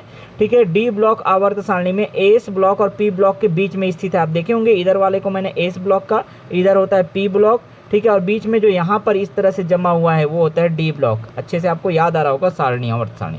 ठीक है, तो आपके माइंड में छप गया ना। ठीक है, समझ गए बात, ये एस ब्लॉक है। ठीक, इधर जब जाएंगे तो ये पी ब्लॉक है, और बीच में जो आपको दिखाई देगा कहाँ से, 3 से लेकर कहाँ तक, पूरे 12 तक। ठीक है, और 1, 2 आते हैं एस ब्लॉक में, और इधर देखिए 13 से लेकर पूरे 18 तक आते हैं पी ब्लॉक में, और जो 3 से 12 तक आते हैं वो आते हैं डी ब्लॉक में। इसमें जो संयोजी इलेक्ट्रॉन है डी कक्षक में प्रवेश करते हैं। ठीक है, यहाँ तक क्लियर हुआ। एस और पी ब्लॉक के बीच में स्थित होता है डी ब्लॉक। डी ब्लॉक में सभी धातुएं होती है, सभी जो तत्व हैं वो धातुएं ही होती है। डी ब्लॉक में सभी के सभी धातु होते हैं। पी ब्लॉक में धातु, अधातु और उपधातु तीनों पाए जाते हैं, लेकिन डी ब्लॉक में केवल और केवल धातुएं पाई जाती है। ठीक, अब एफ ब्लॉक की बात करते हैं। एफ ब्लॉक को अच्छे समझना। एफ ब्लॉक के जो तत्व हैं आवर्त सारणी में सबसे नीचे 2 पंक्ति में इस तरह से आपको दिखाई देगा। एफ ब्लॉक के तत्व आवर्त सारणी में 2 जो है आपको पंक्ति में दिखाई देंगे। ठीक है, 2 पंक्तियों में सम्मिलित होते हैं, एफ ब्लॉक के तत्व कहलाते हैं। इनका अंतिम इलेक्ट्रॉन जो एफ उपकक्षा में प्रवेश करता है। डी ब्लॉक से काट कर इसको अलग करके बनाया गया। डी ब्लॉक से काट करके, जो डी ब्लॉक है ना बीच में, ठीक है, एस और पी ब्लॉक के बीच में डी ब्लॉक है, उसी से काट करके अलग बना दिया गया है एफ ब्लॉक के तत्व। इसमें टोटल अगर बात करें तो 28 तत्व आते हैं। तो इसमें एक आवर्त में जो 14, इसमें भी 14 तत्व आते हैं। ठीक है, और नीचे वाले में भी कितने आते हैं, 14 आते हैं। 14 और 14 कितना हो गया, 28। टोटल 28 तत्व आते हैं इस ब्लॉक में। किसमें, एफ ब्लॉक तत्व में। ठीक है, ये तत्व अधिक रेडियो एक्टिव होते हैं, रेडियो धर्मी होते हैं, खतरनाक होते हैं। इसमें जो पाए जाने वाले तत्व है ना बहुत रेडियो एक्टिव या रेडियो धर्मी होते हैं, खतरनाक होते हैं, और इनको 2 श्रेणियों में बांटा गया है। ठीक है, एक को क्या कहा गया है, आगे देखिए, एक को कहा गया है लेंथेनाइट और दूसरे को कहा है एक्टिनाइट। अब लेंथेनाइट और एक्टिनाइट श्रेणी क्या है देखिएगा, तो परमाणु क्रमांक 58 से लेकर 71 तक, अभी दिखाऊंगा मैं फिर से आपको आवर्त सारणी। परमाणु क्रमांक 58 से 71 तक को लेंथेनाइट कहा गया, और 90 से लेकर के 103 तक को क्या कहा गया, एक्टिनाइट कहा गया। ठीक है, समझ आ गया बात। ये 7वें आवर्त का हिस्सा है, याद रखिएगा, 90 से 93 वाला। ठीक है, यहाँ तक क्लियर हुआ। 6वें आवर्त का हिस्सा है, 7वें आवर्त का हिस्सा। थोड़ा सा हम देखते हैं फिर से वापस डायग्राम। ये जो है अलग आवर्त नहीं है, बल्कि छठवें और सातवें आवर्त से ही निकले हैं, इसलिए कह रहा हूँ लेंथेनाइट श्रेणी जो है छठवें आवर्त से निकाला गया है, छठवें आवर्त का हिस्सा है। और एक्टिनाइट श्रेणी जो है सातवें आवर्त का हिस्सा है। टोटल 7 ही तो आवर्त हैं और छठवें आवर्त से 14 तत्वों को निकाल दिया। कहाँ से? परमाणु क्रमांक 58 से 71 तक। और सातवें आवर्त में अगर बात करें तो 90 से 103 तक को निकाल दिया 14 तत्व, और बन गए ये नए जो है नए ब्लॉक के तत्व, जिसको एफ ब्लॉक के तत्व कहते हैं, लेंथेनाइट और एक्टिनाइट कहते हैं। ठीक है, ये डायग्राम एक बार देखिए फिर और क्लियर हो जाएगा आपको। तो देखिए डायग्राम आपको दिख रहा होगा, यहाँ पर ध्यान से देखिए जिसको मैं फोकस करूँ, ये छठवें ब्लॉक है। छठवें ब्लॉक में यहाँ पर देखिए यहाँ से इसको निकाल दिया गया है, यहाँ से निकाल के जो है बना दिया गया है लेंथेनाइट तत्व जो ये है। ठीक है, और इस जगह पे खाली स्थान दिख रहा है, यहाँ से भी 14 तत्वों को निकाला गया और बना दिया है एक्टिनाइड तत्व, एक्टिनाइट समूह ऐसे कर सकते हैं। लेंथेनाइट समूह और एक्टिनाइट समूह, इन दोनों को जोड़ करके, इन दोनों को मिला करके ही एफ ब्लॉक का तत्व कहते हैं। यहाँ दिख रहा होगा, भले ही छोटा दिख रहा होगा आपको, थोड़ा बड़ा कर देता हूँ, जूम करता हूँ, देखिए और क्लियर दिखेगा। ठीक है, ये ध्यान से देखिए। अब ये लेंथेनाइड और एक्टिनाइड दिख रहा है। एफ ब्लॉक के तत्व में लेंथेनाइड ऊपर वाला लेंथेनाइड है। ठीक है, यहाँ लेंथिनम से चालू होता है, ये लेंथेनाइड इसीलिए हम दिया। इसको एक्टिनम से चालू होता है, इसलिए इसको एक्टिनाइड कहा। क्लियर। यहाँ देखिए 57 तक तो है यहाँ पर, फिर 57 से पूरा 71 तक, देखिए 57 से 71 तक पूरा निकाल दिया। 57 से 71 तक पूरा कहाँ शामिल है? इस आवर्त में शामिल है। और वैसे ही देखिए 90 से लेकर के, ठीक है, 89 से कह सकते हैं, एक्टिनम जो 89 से लेकर के पूरे जो है 103 तक, वो इस वाले श्रेणी में, इस वाले आवर्त में कह सकते हैं। ठीक है, तो ये 7वें आवर्त से निकाला तो उसको एक्टिनाइड कहा, और जो 6वें आवर्त से निकाला उसको लेंथेनाइड कहा। ठीक है, तो एफ ब्लॉक के तत्वों को 2 भागों में, 2 श्रेणियों में बांटा गया, लेंथेनाइड श्रेणी और एक्टिनाइड श्रेणी। याद रखिएगा 56 के बाद 57वां जगह तो छोड़ा है, लेकिन 57 से लेकर के पूरा 57 से लेकर के पूरा 71 तक, 57 से लेकर 71 तक पूरा अलग निकाल के रख दिया, जिसको लेंथेनाइड कहा। वैसे ही 89 से लेकर 103 तक के पूरे अलग निकाल दिए, जिसको एक्टिनाइड कहा। ये क्लियर हुआ? अच्छे से समझ आया पूरा का पूरा? ठीक है, ये ना बहुत इंपॉर्टेंट है, अच्छे से इसको समझ लीजिए। ठीक, ये होता है एफ ब्लॉक का तत्व। क्लियर हुआ? बहुत अच्छे से समझ आया।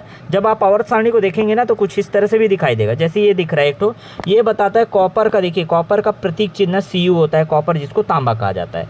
अब इसमें जो यहाँ पर संख्या लिखा है वो होता है उसका परमाणु नंबर। कॉपर का परमाणु नंबर कितना होता है? 29। ठीक है, याद रखिएगा। ये होता है, यहाँ पर जो लिखा है वो क्या होता है? देखिए इधर जो लिखा है वो परमाणु भार होता है, परमाणु द्रव्यमान। ठीक, बाकी जो चीज़ें आपको समझने का ज़रूरत नहीं है, अभी आप इतना ज़रूरत नहीं है, लेकिन परमाणु भार और परमाणु नंबर जो है परमाणु क्रमांक कह सकते हैं, परमाणु क्रमांक और परमाणु भार दोनों जो समझना बहुत जरूरी है। और उसका सिंबल, संकेत, ये बीच में जो दिख रहा है वो संकेत है।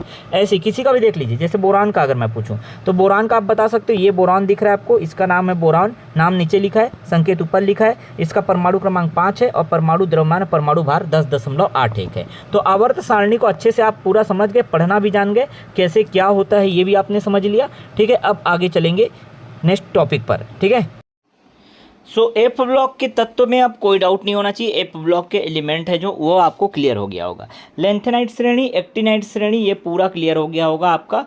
ठीक है, 58 से 71 तक यहाँ क्यों लिखा है अभी मैं कारण बता दे रहा हूँ। ठीक है, 58, 59, 60 और यहाँ 71 तक 14, क्योंकि 57 जो नंबर है वो लेंथेनम का है, और लेंथेनम के बाद जो 14 तत्व हैं उसको लेंथेनाइट श्रेणी में रखा गया है। और वही वैसे ही देखिए 89 जो परमाणु क्रमांक है वो एक्टिनम का है, और एक्टिनम के बाद जितने जो 14 तत्व हैं उनको क्या बोला गया? एक्टिनाइट श्रेणी या एक्टिनाइट जो है सीरीज कहा गया। ठीक है, ये 6वें आवर्त का हिस्सा है, फिर से मैंने बता दिया, और ये 7वें आवर्त का हिस्सा है। यहाँ तक क्लियर हो गया। ये अलग आवर्त नहीं है। आपको जब टेबल देखते हो आप, मॉडर्न पीरियोडिक टेबल या आधुनिक आवर्त सारणी जब देखते हैं तो आपको लगेगा नीचे में 2 अलग आवर्त हैं, बट ये अलग आवर्त नहीं है, 6वें और 7वें आवर्त से ही निकाल करके इनको बनाया गया है। ठीक है, तो एफ ब्लॉक तत्व में 14 करके टोटल 28 है, 28 तत्व, ये मैंने पूरा क्लियर आपको करा दिया। ठीक है, अब देखिए कुछ महत्वपूर्ण वर्गों के नाम देखिए जो पेपर में डायरेक्टली इससे क्वेश्चन आते हैं। सबसे पहले देखिए वर्ग नंबर 1, वर्ग किसको कहते हैं, आवर्त किसको कहते हैं, पता है ना? पता है कि नहीं? अब देखिए वर्ग जो है, ये वर्ग 1 जो है, ये वर्ग 2 है, इस तरह से बना होता है अलग अलग स्तंभ। ठीक है, ऊर्ध्वाधर स्तंभ को वर्ग कहते हैं। अब जो वर्ग 1 है उसको कहा जाता है, ये पहले नंबर का वर्ग है जिसमें हाइड्रोजन दिखाई देगा आपको, ठीक है, ये इसको कहा जाता है क्षार धातुएं, एल्कली मेटल्स। और जो वर्ग 2 है उसे कहा जाता है क्षारीय, ये दूसरा वर्ग है, इसको कहा जाता है क्षारीय मृदा धातु, ठीक है, एल्कलाइन अर्थ मेटल्स। तो दोनों का नाम लिखा है, देखिए वर्ग 1 को कहते हैं क्षार धातु और जो है वर्ग 2 को कहते हैं क्षारीय मृदा धातु। कन्फ्यूज़न नहीं होना है आपको, थोड़ा सा स्लाइटली यहाँ पे आपको डिफरेंस दिखाई देगा क्षार धातु और क्षारीय मृदा धातु में। ये मृदा धातु है, क्षारीय मृदा धातु, जबकि जो वर्ग 1 है वो क्षार धातु कहलाता है। वर्ग 11 मोस्ट इंपॉर्टेंट, 11वें नंबर का जो वर्ग है उसको सिक्का धातु में कॉइन मेटल्स कहते हैं। इसमें आते हैं कौन, कॉपर हो गया, सोना हो गया, चांदी हो गया। कॉपर का सूत्र Cu होता है, सोना का क्या होता है Au होता है और चांदी का Ag होता है, ये आपको याद रखना है, ठीक है। Cu Au Ag ये होता है कॉपर का तांबा, ठीक है, कॉपर या तांबा कहते हैं। Au को क्या कहते हैं, गोल्ड कहते हैं, और हम कहते हैं सोना कहते हैं, और Ag मतलब सिल्वर या चांदी होता है, ठीक है। तो जो वर्ग 11 है, ग्रुप नंबर 11 है, उसे सिक्का धातुएं या कॉइन मेटल्स कहते हैं, ठीक है। अब आते हैं वर्ग 17 की। तो ग्रुप नंबर 17 जिसको हैलोजन ग्रुप कहा जाता है, हैलोजन समूह कहा जाता है, इस वर्ग के तत्व जो है सबसे अधिक क्रियाशील होते हैं। याद रखिएगा, पूरे आवर्त श्रेणी में अगर बात करें तो हैलोजन ग्रुप के जो तत्व होते हैं 17वें नंबर का जो है, 17वां और 18वां ठो है वर्ग, आप देखेंगे ऐसे देखते जा रहे हैं। तो 18वां जो लास्ट से इधर सेकंड लास्ट वाला जो होता है उसमें जो है हैलोजन ग्रुप होते हैं, ठीक है, हैलोजन ग्रुप होते हैं। और इसको ही क्या कहा जाता है, सबसे अधिक क्रियाशील तत्व कहते हैं। किसको, इसमें जो स्थित तत्व हैं वो सबसे अधिक क्रियाशील होते हैं पूरे आवर्त सारणी में, ठीक है, समझ आ गया। और 18वां जो ग्रुप है, 18वें नंबर का जो ग्रुप है, 18वें नंबर का जो ग्रुप लास्ट वाला, उसको कहा जाता है अक्रिय वर्ग, इनर्ट ग्रुप, शून्य ग्रुप भी कहते हैं, निष्क्रिय वर्ग भी कहते हैं, क्योंकि यहाँ पर जो तत्व पाए जाते हैं ना वो निष्क्रिय होते हैं, अक्रिय होते हैं, किसी से क्रिया नहीं करते, बहुत कम क्रियाशील होते हैं, इसलिए इनको अक्रिय वर्ग, इनर्ट ग्रुप या निष्क्रिय वर्ग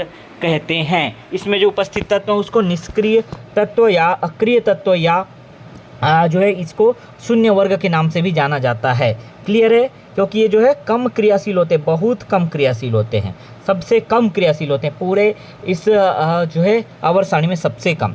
तो याद रखिएगा इस ग्रुप का जितना मैंने यहाँ पे लिस्ट में दिया है बस उतना ही का नाम याद रखिएगा। वर्ग 1 को क्षार धातु, वर्ग 2 को क्षारीय मृदा धातु, वर्ग 11 को सिक्का धातु, सोना, कॉपर और चांदी पाए जाते हैं। 17 को कहते हैं हैलोजन ग्रुप, हैलोजन समूह, ठीक है, क्योंकि सबसे अधिक क्रियाशील होते हैं, ये भी याद रखिएगा। 18वें को कहते हैं अक्रिय वर्ग, जीरो वर्ग, शून्य वर्ग, निष्क्रिय वर्ग। क्यों, क्योंकि इसमें जो तत्व पाए जाते हैं वो सबसे कम क्रियाशील होते हैं, किसी से क्रिया करने की जो है कोशिश भी नहीं करते।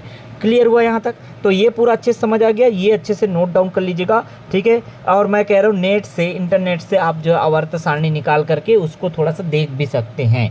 बाकी यहाँ पे भी मैंने आपको एक्सप्लेन कर दिया, कोई डाउट यहाँ पे नहीं होना चाहिए, ठीक है। चलिए अब आवर्ती गुण देखते हैं, यही तो पेपर में ज़्यादातर पूछता है, ठीक है। तो आवर्ती गुण को ध्यान से समझिएगा, रटने का जरूरत नहीं है, अगर आप समझ गए ना तो बहुत अच्छे से समझ आ जाएगा, फिर कभी ज़िंदगी नहीं भूलोगे। आवर्ती गुण या पीरियोडिक जो प्रॉपर्टीज़ होता है वो क्या होता है, कुछ ऐसे गुण हैं जो आवर्त सारणी में आवर्त और वर्ग के साथ लगातार बदलते रहते हैं, ठीक है। तो देखिए परमाणु का आकार या आयतन या त्रिज्या, तीनों चीज़ बोले। परमाणु का आकार बढ़ेगा घटेगा पूछेगा, या आयतन बढ़ेगा घटेगा पूछेगा, या त्रिज्या बढ़ेगा घटेगा पूछेगा, सब एक ही चीज़ है, ठीक है। तो अब ध्यान से समझिएगा, हम बात कर रहे हैं किसी भी एक वर्ग को, ये हमने वर्ग ले लिया, ठीक है।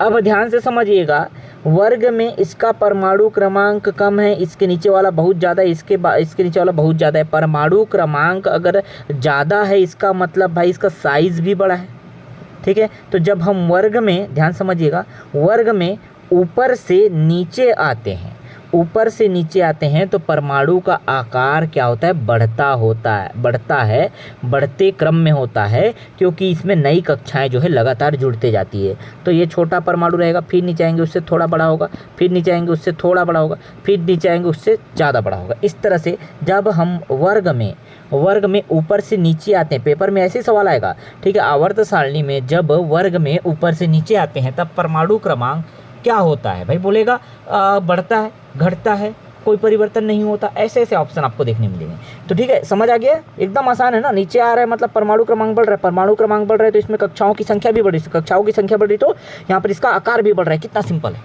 समझ गए। तो नई कक्षाएं क्या होती है, लगातार जुड़ते जाती है, इसलिए क्या होगा, उसका आकार बढ़ते जाता है। ठीक, यहाँ तक समझ आया, यहाँ तक समझ आया है ना।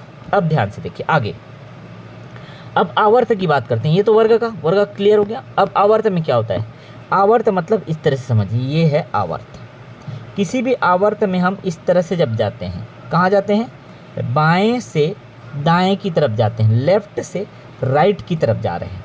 ठीक है, आवर्त में जब बाएं से दाएं जाते हैं तब परमाणु का आकार क्या होता है, कम होता है। याद रखिएगा, ये कम क्यों होता है बता रहा हूँ। वैसे तो परमाणु क्रमांक बढ़ना चाहिए, ऐसे लाइन से बढ़ रहा है, परमाणु संख्या बढ़ रहा है, परमाणु क्रमांक बढ़ रहा है तो इसका आकार भी बढ़ना चाहिए, लेकिन ऐसा नहीं होता। ऐसा नहीं होता क्यों, क्योंकि इसमें कोई नया कक्षा नहीं जुड़ता है, बल्कि इसमें जो है आकर्षण बल ज़्यादा बढ़ जाते हैं। जैसे ये नाभिक है और उसमें इधर बाहर क्या है, जो है इलेक्ट्रॉन चक्कर लगाता है। तो अगर यहाँ एक नाभिक में एक प्रोटॉन है और एक इलेक्ट्रॉन है, ऐसा समझिए, तो दोनों के बीच जो आकर्षण बल है, क्योंकि पॉजिटिव होता है निगेटिव होता है, इतना तो पता ना, दोनों के बीच जो आकर्षण बल थोड़ा कम रहेगा। लेकिन ये सोचिए अगर यहीं पे 2 प्रोटॉन हो गए और इधर भी 2 इलेक्ट्रॉन हो गया तो भाई इनका आकर्षण बल बढ़ जाएगा। ठीक है, इसीलिए जब इधर से इधर जाते हैं, लेफ्ट से राइट जाते हैं, तो क्या होता है, परमाणु क्रमांक में वृद्धि होने के कारण इसके बीच जो आकर्षण बल है, ठीक है, नाभिक और इलेक्ट्रॉन, नाभिक में जो उपस्थित प्रोटॉन और इलेक्ट्रॉन जो चक्कर लगाता है उनके बीच जो आकर्षण बल है, उसके वजह से क्या होता है, परमाणु का आकार छोटा होते जाता है, तो कम होता है। क्यों कम होता है, समझ आया। ठीक, जबकि हम ऊपर से जब नीचे आते हैं तो परमाणु का आकार बढ़ता है, क्योंकि इसमें नया कक्षा जुड़ता है जब हम वर्ग में चलते हैं। जब बल्कि आवर्त में चलते हैं तो याद रखिएगा कोई भी नया कक्षा नहीं जुड़ता, जितना कक्षा उतना ही रहेगा, लेकिन इलेक्ट्रॉन और प्रोटॉन की संख्या बढ़ती है, जिससे उनके बीच आकर्षण बढ़ता है और जो है वो सिकुड़ते जाते हैं। इस प्रकार उनका आकार छोटा होते जाता है, कम होता है। तो बाएं से दाएं जाने पर आकार क्या होगा, कम होगा। ये क्लियर हुआ। चलिए आयनन विभव को देखते हैं। तो भाई इनको समझने के लिए सबसे पहले पेपर में यही सब पूछता है कि अगर हम आधुनिक आवर्त सारणी में हम जाते हैं बाएं से दाएं, ऊपर से नीचे, तो आयनन विभव क्या होगा, परमाणु आकार क्या होगा, इलेक्ट्रॉन बंधुता क्या होगा, बढ़ेगा, घटेगा, अपरिवर्तित रहेगा, यही क्वेश्चन आते हैं। तो मैं यहाँ पे पूरा जो है आपको याद करा दूंगा कॉन्सेप्ट के साथ, कभी जिंदगी नहीं भूलोगे। तो पहला तो समझ आ गया, आकार क्या होगा, जब हम वर्ग में ऊपर से नीचे आते हैं तो आकार बढ़ता है, जबकि आवर्त में जब हम बाएं से दाएं जाते हैं तो आकार कम होता है। ठीक, इतना तो क्लियर हुआ। चलिए अब आते हैं आयनन विभव। आयनन विभव क्या होता है ये तो पहले आपको समझना पड़ेगा। आयनन विभव किसे कहते हैं वो पहले समझ जाओगे ना, तब काम बनेगा। क्या होता है आयनन विभव, एक उदासीन परमाणु से एक इलेक्ट्रॉन निकालने के लिए जो ऊर्जा होती है उसे ही आयनन विभव कहते हैं। एक उदासीन परमाणु किसको कह रहे हैं पता है, जैसे कि ये कोई परमाणु है, किसी का भी हम कह सकते हैं, इसमें 2 प्रोटॉन हैं और 2 प्रोटॉन, इसका मतलब यहाँ पे 2 इलेक्ट्रॉन होंगे ही होंगे। इसी को जो है क्या कहते हैं, उदासीन परमाणु कहते हैं। मतलब प्रोटॉन और इलेक्ट्रॉन की संख्या बराबर होगी। अब इसमें से एक इलेक्ट्रॉन को आपको निकालना है। एक इलेक्ट्रॉन निकालने के लिए जो ऊर्जा चाहिए, ठीक है, क्योंकि इन दोनों के बीच क्या है, बहुत अच्छा तगड़ा बंध है।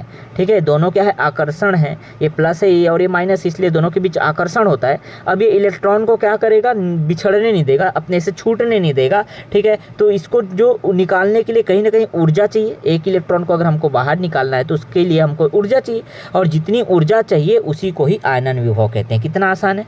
ठीक, अब समझिए, जब हम वर्ग में ऊपर से नीचे आते हैं, ठीक है, ऊपर से नीचे आते हैं, तो ध्यान से समझिएगा, वर्ग में मैं बात करूं, वर्ग में ऊपर से नीचे आते हैं तो देखिए जो वर्ग में यहाँ पर जो तत्व है उसका परमाणु इतना छोटा है, जबकि इधर नीचे में और आ जाता हूँ, थोड़ा समझिए, वो उसका आकार बढ़ गया, इतना बड़ा हो गया। अब समझिए, यहाँ पर जो प्रोटॉन है और यहाँ पर इलेक्ट्रॉन है, जब दोनों के बीच दूरी बढ़ गई है तो दोनों के बीच उतना जो है कह सकते हैं बंध, या जो उनके बीच जो बॉन्डिंग है वो उतना प्रबल नहीं होगा, उतना शक्तिशाली नहीं होगा, क्योंकि दूरी बढ़ गई ना। ठीक है, ऐसा समझिए, आप अपने घर परिवार या अपने दोस्त के करीब रहेंगे तो आपका जो बॉन्डिंग है ना बहुत तगड़ा रहेगा, लेकिन आपका दोस्त परिवार या आपका घर जो है वो थोड़ा दूर हो गया, आप बाहर रहते हैं कहीं, ठीक है, तब आप अगर देखोगे तो आपका जो बॉन्डिंग है, बंध है, वो थोड़ा हल्का फीका पड़ जाएगा, कम पड़ जाएगा। ठीक है, वैसे ही केस यहाँ पे भी होता है। तो जब वर्ग में हम ऊपर से नीचे की तरफ आ रहे हैं, ध्यान से, तो देखिए यहाँ पे आकार छोटा था, इसलिए एकदम पास से बहुत शक्तिशाली बंध था, दोनों एक दूसरे को जकड़ के रखे थे। इसलिए जब हम बात करेंगे इसमें से एक इलेक्ट्रॉन निकालने की तो ऊर्जा ज़्यादा होगा। ठीक है। लेकिन यहाँ जब आते हैं तो ऊर्जा कम होते जाता है, कम होते जाता है, जैसे जैसे नीचे आएंगे, ठीक है। इसका आकार छोटा था, इसका थोड़ा बड़ा हुआ, इसका थोड़ा बड़ा हुआ, इसका सबसे बड़ा हुआ। तो जैसे जैसे नीचे आएंगे आकार बढ़ता है, तो समझ गए। नीचे आने पर क्या होगा, इसके बीच जो बंद रहेगा वो शक्तिशाली रहेगा, ये थोड़ा कमज़ोर पड़ जाएगा, ये थोड़ा कमज़ोर पड़ जाएगा और ये सबसे कमज़ोर पड़ जाएगा। मतलब वर्ग में ऊपर से नीचे आने पर जो आयनन विभव का मान है वो कम होता जाता है। क्यों होता है, मैंने कारण सहित आपको बता दिया। अब डायरेक्ट मैं चाहता तो ये बोल देता याद कर लो कम होता है, लेकिन मैंने नहीं कहा आपको भाई मैं जो है यहाँ पर पूरा याद करा दूंगा। मैंने कहा ना कॉन्सेप्ट ज़िंदगी नहीं भूलोगे आप, ज़िंदगी भर नहीं भूलोगे इसको, ठीक है। क्यों कम होता है समझ आ गया, ठीक। आयनन विभव क्या है वो पहले आपको समझ लेना है, फिर थोड़ा सा दिमाग लगाना, अपना दिमाग खोलना है, दिमाग अपने साथ लेके बैठा करो। मैं बार बार कहता हूँ दिमाग जब भी आप पढ़ रहे हो तो अपना साथ लेकर के बैठा करो। बहुत सारे स्टूडेंट होते हैं तो दिमाग रख देते हैं कहीं लॉकर में और लॉक भी उसका भूल जाते हैं कि भाई दिमाग को लेकर के भी हमको आना है पढ़ाई करने, ठीक है। तो वो काम आपको नहीं करना है, फिर बोलेंगे समझ ही नहीं आता है, ठीक है। यहाँ तक समझ आया। अब देखिए आवर्त में क्या केस होता है, इसी को समझिए। आवर्त में जब बाएं से दाएं की ओर जाते हैं तब आयनन विभव क्या होगा, बढ़ेगा। क्यों क्यों कारण समझिए पूरा, अगर आपने शुरू समझा तो जब बाएं से दाएं जाते हैं तो इसका आकार जितना है वो क्या होता है, थोड़ा थोड़ा कम होते जाता है, थोड़ा कम होते जाता है। और जितना आकार कम होगा इसके बीच अगर बंध की बात करें प्रोटॉन और इलेक्ट्रॉन के बीच, वो ज़्यादा शक्तिशाली होगा। मतलब यहाँ से इलेक्ट्रॉन निकालना ज़्यादा आसान है, फिर यहाँ से थोड़ा मुश्किल, यहाँ से थोड़ा मुश्किल और यहाँ सबसे मुश्किल हो जाएगा। मतलब आप आवर्त में जब बाएं से दाएं की ओर जाते हैं तब आयनन विभव का मान बढ़ते जाता है, ये कम होता है, फिर ये थोड़ा ज़्यादा, फिर थोड़ा ज़्यादा, फिर सबसे ज़्यादा, ठीक है। याद रहेगा कारण एक ही है, चाहे हम बाएं से दाएं जाए चाहे ऊपर से नीचे आए, सिर्फ आकार अगर आप समझ गए ना कि आकार बढ़ता है कि घटता है तो आप आराम से चीज़ों को अपने माइंड में जो है स्टोर कर पा रहे होंगे। क्लियर, मज़ा आ रहा है ना, मज़ा आ रहा है। तो फिर से कह रहा हूँ यार, देखिए बहुत सारे स्टूडेंट हमारे साथ जुड़ते हैं, हमारे वीडियो देखते हैं लेकिन लाइक नहीं करते। आपको लाइक कर देना है बस, ठीक है। हमारा एफर्ट अगर आपको अच्छा लग रहा है, आपको कुछ सीखने मिल रहा है तो लाइक करते जाइएगा, ठीक है। बाकी क्लासेस तो आपको मिल ही रहे हैं, हर क्लासेस मिलेंगी। इसके बाद हमारा एक बेहतरीन क्लास भी सीरीज़ जो शुरू करेंगे आमीन पटवारी का, ठीक है। और भी आगामी एग्ज़ाम है उनके लिए भी लगातार क्लास आपको मिलते रहेंगे, इसलिए कहता हूँ जुड़े रहिए हमारे साथ। और भी बेहतरीन फैसिलिटी के साथ हम लगातार आपको अपडेट देते रहेंगे, नए नए क्लासेस प्रोवाइड कराते रहेंगे जो आपको एक दिन ज़रूर सफलता की राह पर ले जाएंगे, एक दिन सफल बना देंगे, ठीक है।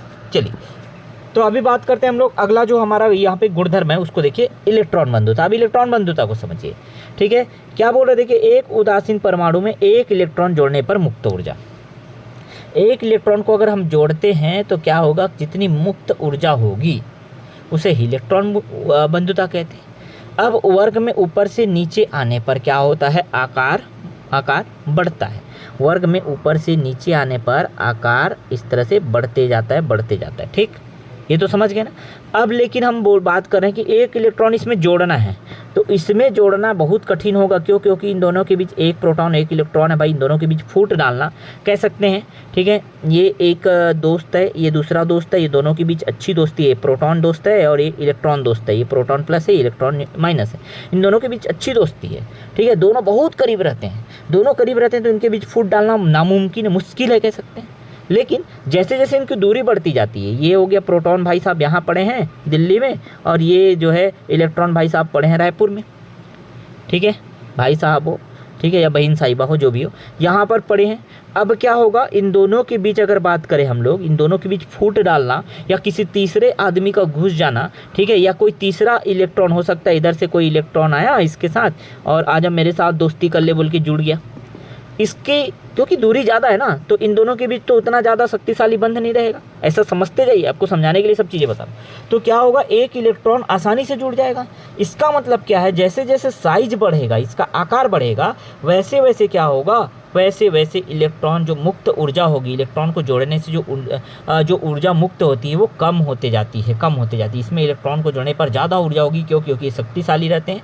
ज़्यादा ऊर्जा क्या हो सकता होगी, ऐसे समझिए, ठीक है। यहाँ पर आएंगे तो थोड़ा कम, यहाँ पर थोड़ा आएंगे कम, और यहाँ पर आएंगे तो बहुत आसानी से दोनों के बीच फुट डालेगा। थोड़ा सा बस उसको एफर्ट लगाना है, ऊर्जा लगाना है और खुद जाके इसके साथ जुड़ जाएगा। समझ गए बात। तो ये पूरा केस होता है।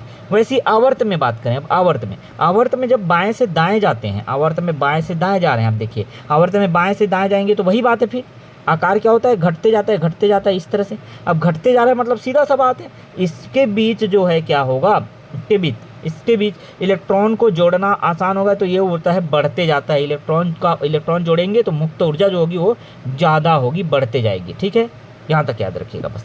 अब इसमें अगर बात करें इलेक्ट्रॉन बंधुता, तो सबसे इंपॉर्टेंट क्वेश्चन ये बनता है कि सबसे ज़्यादा सर्वाधिक इलेक्ट्रॉन बंधुता वाला तत्व कौन सा है, तो क्लोरीन है। इलेक्ट्रॉन बंधुता मतलब एक इलेक्ट्रॉन जोड़ने पर जो मुक्त ऊर्जा उत्पन्न होती है, तो क्लोरीन में एक इलेक्ट्रॉन जोड़ने पर सबसे ज़्यादा ऊर्जा उत्पन्न होती है। पूरे 118 जो तत्व हैं उसमें क्लोरीन ही ऐसा तत्व है जिसमें एक इलेक्ट्रॉन जोड़ने पर जो मुक्त ऊर्जा होगी, जिसको इलेक्ट्रॉन बंधुता कहते हैं, वो सर्वाधिक होता है। ये पॉइंट आपको अच्छे से याद करना है। ठीक, समझ आ गया।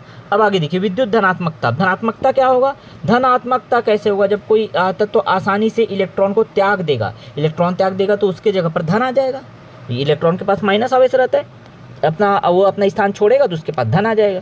ठीक है, तो वर्ग में जब ऊपर से नीचे आते हैं, फिर से वही केस है, वर्ग में जब ऊपर से नीचे आते हैं तो इसका आकार छोटा, फिर बड़ा, फिर बड़ा, फिर बड़ा, ऐसे चल रहा है। ठीक है, ये तो सबसे पूरा कॉन्सेप्ट यहीं से पूरा रिलेट करते चलेगा। ठीक है, अब इलेक्ट्रॉन कौन आसानी से त्यागेगा, इलेक्ट्रॉन ये आसानी से नहीं त्यागेगा क्योंकि इनके बीच जो बंध रहता है प्रोटॉन इलेक्ट्रॉन के बीच बहुत तगड़ा रहता है, पास पास है, इसलिए छोटा आकार है। इसके बीच थोड़ा सा दूरी बढ़ जाता है बंध। ठीक है, प्रोटॉन यहाँ बीच में रहता है, इलेक्ट्रॉन इसका चक्कर लगाते रहता है तो थोड़ा दूरी बढ़ गया। वैसे इसके बीच और ज़्यादा दूरी बढ़ गया, इसके बीच और ज़्यादा दूरी बढ़ गया, तो जितना ज़्यादा दूरी बढ़ रहा है इसलिए क्या होगा, इतना इलेक्ट्रॉन आसानी से त्याग पाएगा। ये नहीं त्याग पाएगा तो ये सबसे कम इलेक्ट्रॉन विद्युत धनात्मकता, ऐसे बोलो इलेक्ट्रोपॉजिटिविटी इसका सबसे कम होगा।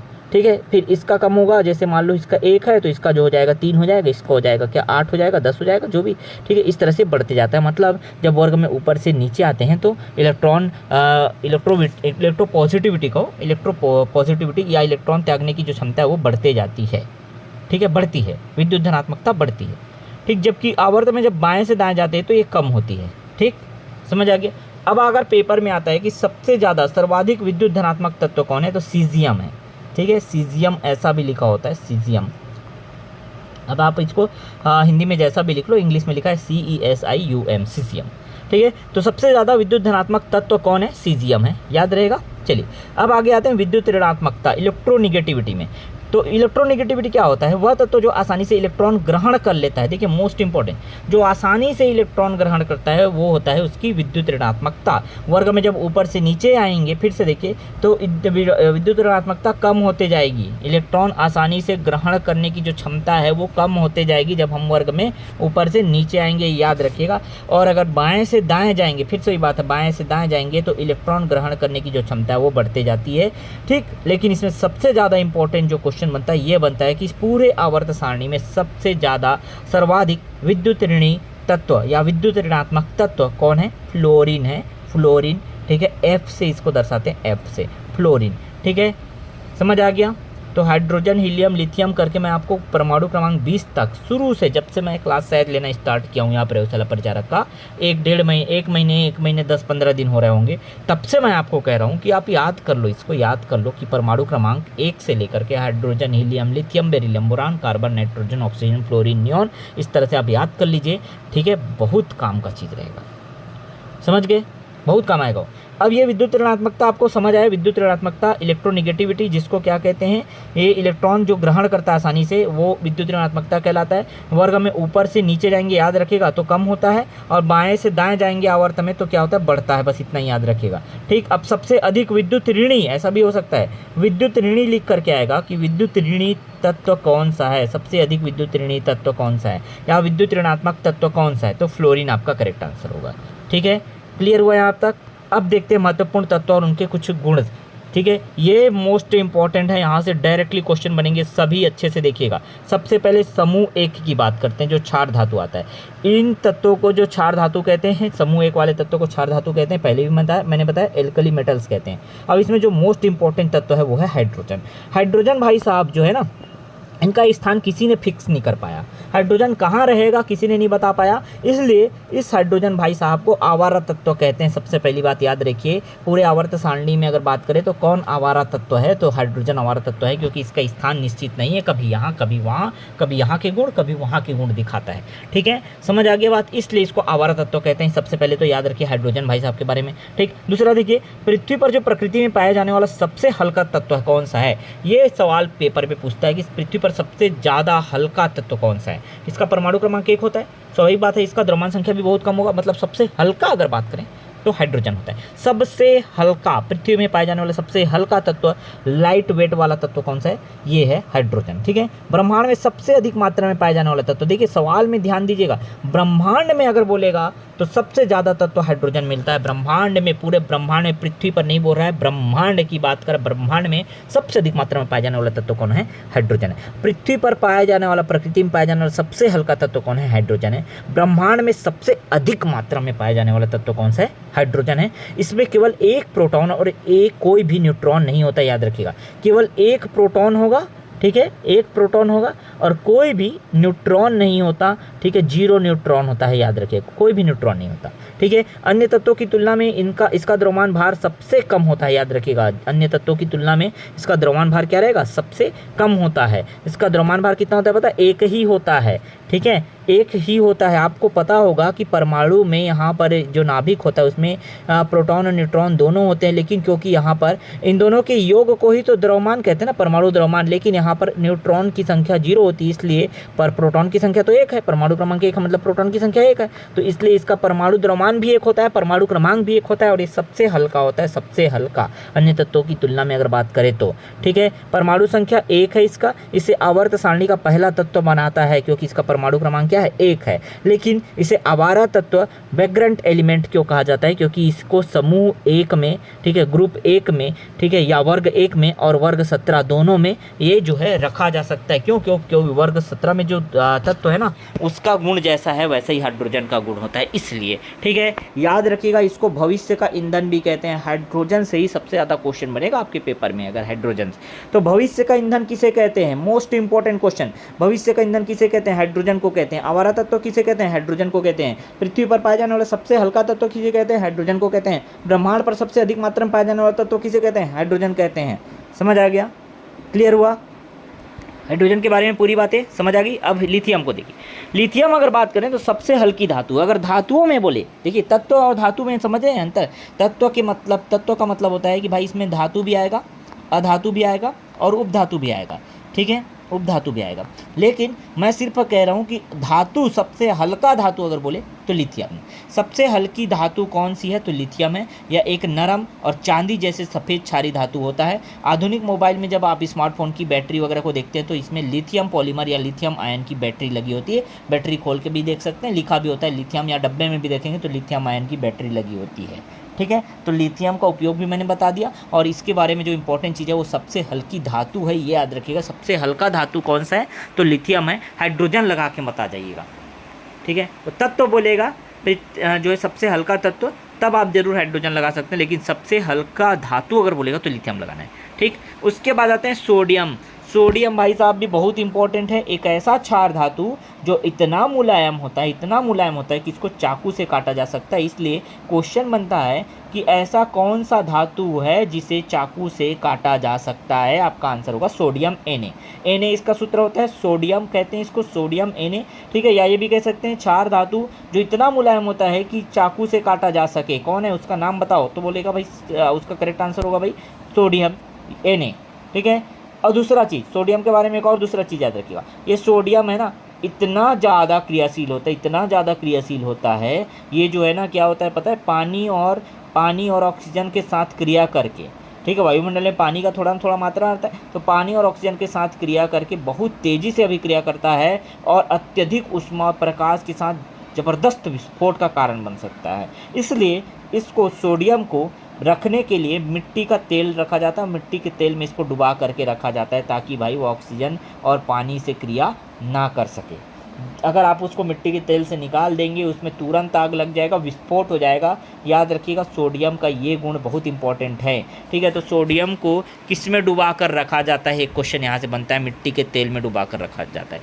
क्यों रखा जाता है? अगर ये पूछ दे तो भी बताना है आपको, क्योंकि ये ऑक्सीजन और पानी के साथ तेज़ी से अभिक्रिया करके विस्फोट का कारण बनता है, विस्फोट या प्रकाश उत्पन्न करता है, ये बता सकते हैं। तो सोडियम के बारे में दोनों चीज़ याद हो गया, आसानी से चाकू से काटा जा सकने वाला और ये मिट्टी के तेल में डुबाने वाला तत्व है। आगे देखिए सीजियम। देखिए सीजियम की बात करें तो सीजियम का जो यूज़ है बस याद रखिएगा, परमाणु घड़ियों में इसका उपयोग किया जाता है सीजियम का, ठीक है, ये बस याद रखिएगा, ज़्यादा कुछ खास नहीं है। अब आते हैं समूह 2 में, जिसको क्षारीय मृदा धातु कहते हैं। इसमें इसके अंतर्गत आते हैं मैग्नीशियम। अब मैग्नीशियम क्यों आवश्यक है, क्या है इसका कुछ महत्वपूर्ण जो है गुण, वो देख लेते हैं। तो पौधों में जो क्लोरोफिल होता है ना, उसके निर्माण के लिए मैग्नीशियम बहुत आवश्यक है। प्रकाश संश्लेषण के लिए सूर्य के प्रकाश को ग्रहण कर सके, इसलिए जो है मैग्नीशियम का होना बहुत जरूरी है। फ्लैश बल्ब आप देखते हैं, फ्लैश जो आपके मोबाइल में लगा होता है, ठीक है, या एलईडी में जो लगा होता है मैग्नीशियम फ्लैश, जो फ्लैश लाइट के लिए उपयोग करते हैं, ठीक है, ये जो है ना इसमें मैग्नीशियम का ही परत चढ़ा होता है। क्यों पता है, क्योंकि ये जब जलता है ना तो चमकदार सफ़ेद रोशनी उत्पन्न करता है, इसलिए याद रखिएगा इसका यूज़ क्या है, ठीक है। मैग्नीशियम का सूत्र याद रखिएगा Mg, या इसको कहते हैं प्रतीक चिन्ह क्या होता है, Mg होता है। आगे आता है कैल्शियम का। कैल्शियम को देखिए, कैल्शियम हमारी हड्डी और दांतों के निर्माण में प्रमुख तत्व है, इसलिए कैल्शियम को याद रखिएगा। दांत और हड्डी का निर्माण कैल्शियम से होता है, याद रखिएगा। आगे देखिए रेडियम। रेडियम एक महत्वपूर्ण तत्व है, ये भी मैडम क्यूरी ने इसका खोज किया था, ठीक है। तो किसके द्वारा खोजा गया, madam Curie, madam Marie Curie और उसके पति थे पियरे क्यूरी, इन दोनों के द्वारा खोजा गया था, याद रखिएगा। रेडियम मोस्ट इंपॉर्टेंट है। रेडियम जानते हो ना, चमकता है, चमक उत्पन्न होता है, आप देखोगे तो, ठीक है।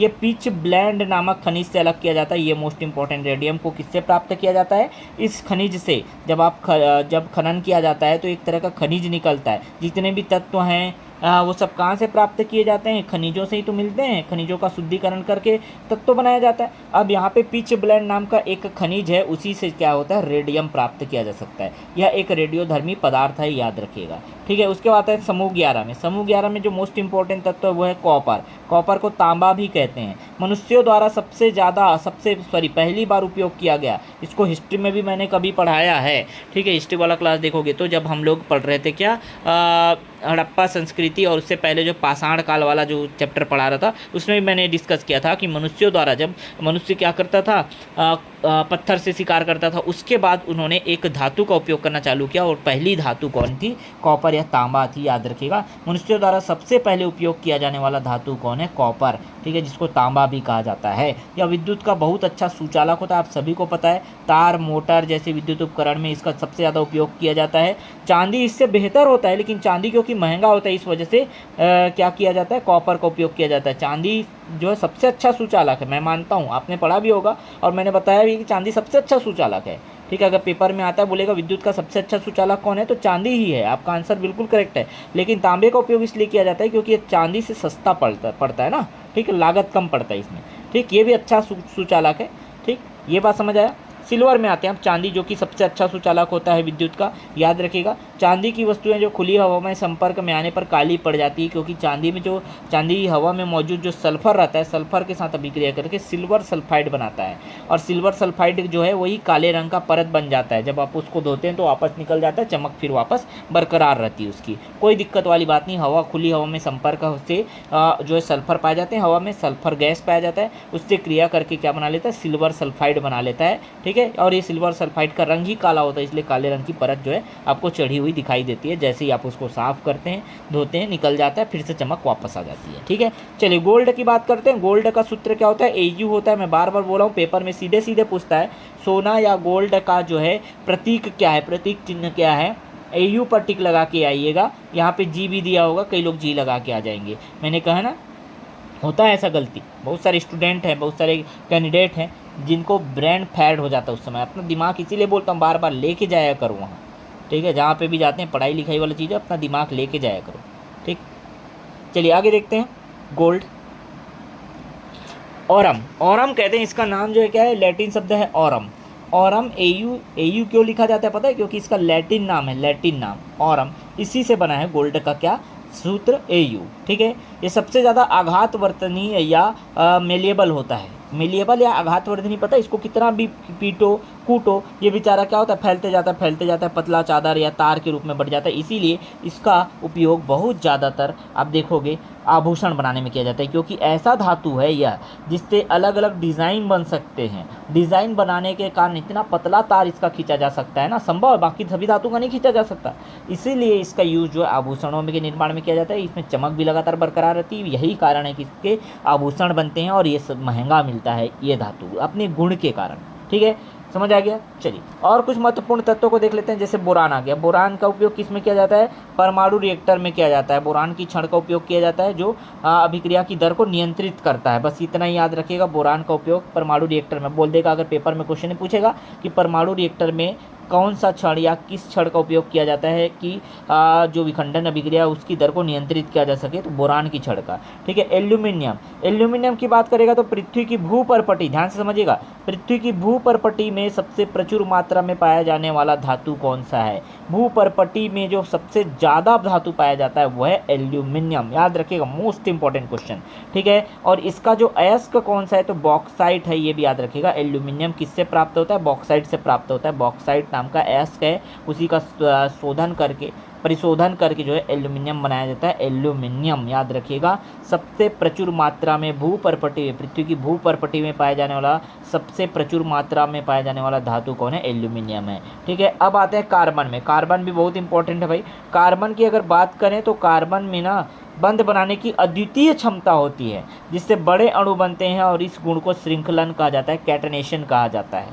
ठीक है। आपने हाइड्रोकार्बन वाला चैप्टर जब पढ़ा होगा तो आप देखे होंगे CH का पूरा रोल था वहाँ। C कभी ये बना लेता था CH3OH, ठीक है, CH या C2H5OH, इस तरह के बनाते थे। एक कार्बन जो होता है ना, उसके पास एक बहुत ज़बरदस्त गुणधर्म है। क्या गुणधर्म है? क्या गुणधर्म है कि भाई ये जो है ना लगातार श्रृंखलन करते जाता है, कैटनेशन जिसको कहते हैं, जिसके वजह से बहुत सारे यौगिकों का निर्माण करता है कार्बन। ठीक है, समझ गए। और कार्बन का ही उपयोग करके हम लोग लोहे में जो कठोरता होती है, स्टील की कठोरता को बढ़ाता है ना। लोहा जो देखें बहुत कठोर हो जाता है, तो स्टील में कार्बन की मात्रा मिलाते जाते हैं, लोहा बन जाता है और वो बहुत कठोर हो जाता है। तो स्टील की कठोरता को बढ़ाता है, मतलब कोई स्टील अगर ज़्यादा कठोर है इसका मतलब उसमें कार्बन की मात्रा भी ज़्यादा है। ठीक, चलिए आगे बढ़ें। सिलिकॉन को देखिए। सिलिकॉन और जर्मेनियम दोनों जो है बहुत इंपॉर्टेंट अच्छे उदाहरण है किसके?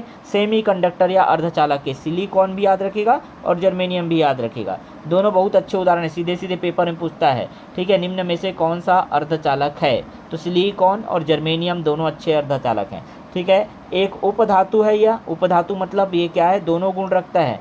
ठीक है, इसलिए इसको अर्धचालक भी कहते हैं। ये धातुओं का भी गुण रखता है, अधातुओं का भी गुण रखता है, इसलिए इसको बीच का गुण रखने के कारण इसको उपधातु कहते हैं। ठीक है। इसमें धातु और धातुओं दोनों के गुण पाए जाते हैं, इसलिए उपधातु कहते हैं। इसलिए इसको अर्धचालक भी कहते हैं। चालक भी होता है, आधा चालक होता है, आधा जो है कुचालक होता है, इसलिए इसको अर्धचालक कहा जाता है। सेमीकंडक्टर भी कहा जाता है। धातुओं की तुलना में कम कुशलता से बिजली का संचालन करता है सिलिकॉन, याद रखिएगा।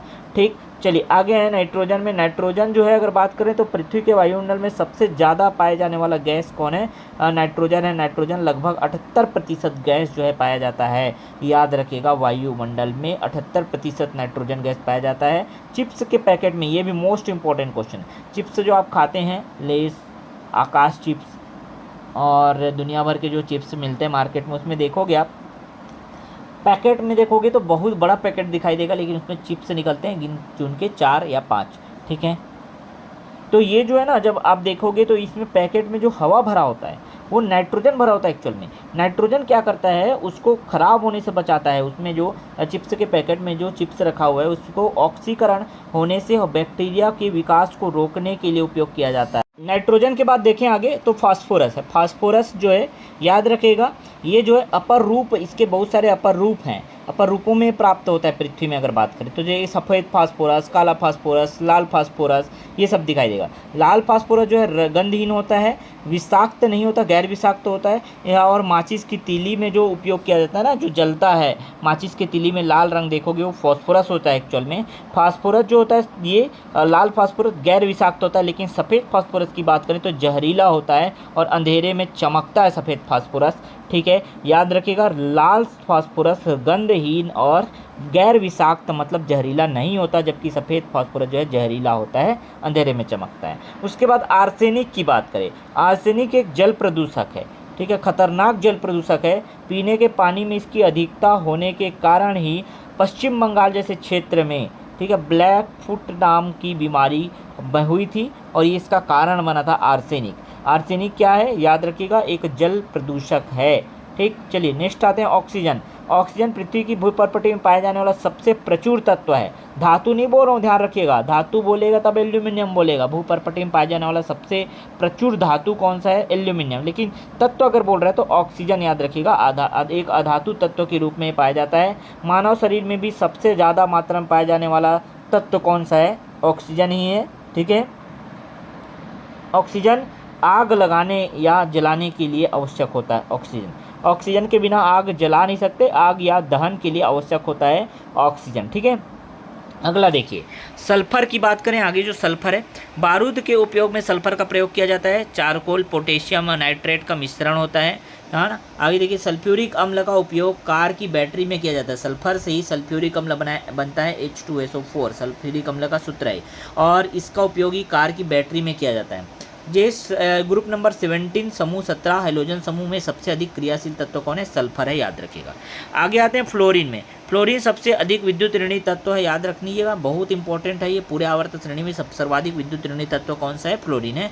ठीक है, क्लोरीन की बात करें तो क्लोरीन जल शुद्धिकरण के लिए उपयोग किया जाता है। क्लोरीन का टेबलेट डाल देते हैं, देखे होंगे, जल को साफ रखने के लिए, स्वच्छ रखने के लिए क्लोरीन का टेबलेट मार्केट में मिलता भी है। जल शुद्धिकरण के लिए इसका उपयोग किया जाता है। ठीक है, ब्रोमीन की बात करते हैं। ब्रोमीन एकमात्र ऐसा धातु है जो सामान्य ताप पर या कमरे के ताप पर द्रव अवस्था में पाया जाता है, याद रखिएगा। ठीक है, ब्रोमीन जो है एकमात्र धातु जो कमरे के तापमान पर द्रव अवस्था में पाया जाता है। ठीक है, एक और चीज़ ध्यान देने योग्य है, पारा एकमात्र धातु है जो द्रव अवस्था में पाई जाती है। मैंने क्वेश्चन पूछा भी था जब ये चैप्टर पढ़ रहे थे, पारा एकमात्र ऐसा धातु है जो द्रव अवस्था में पाया जाता है। ठीक, शुरुआत में मैंने पूछा था, इसका आंसर भी मैंने दे दिया, कई सारे स्टूडेंट ने हो सकता है जवाब भी दिया होगा। ठीक, आयोडीन देखिए, आयोडीन एक अधातु जो चमकीली होती है, अधातु है लेकिन चमकीली होती है। आयोडीन की कमी से घेंगा रोग हो सकता है, याद रखिएगा, पेपर में बहुत बार पूछा है घेंगा रोग। ग्वाइटर किसके कमी से होता है? आयोडीन की कमी से होता है। क्लियर।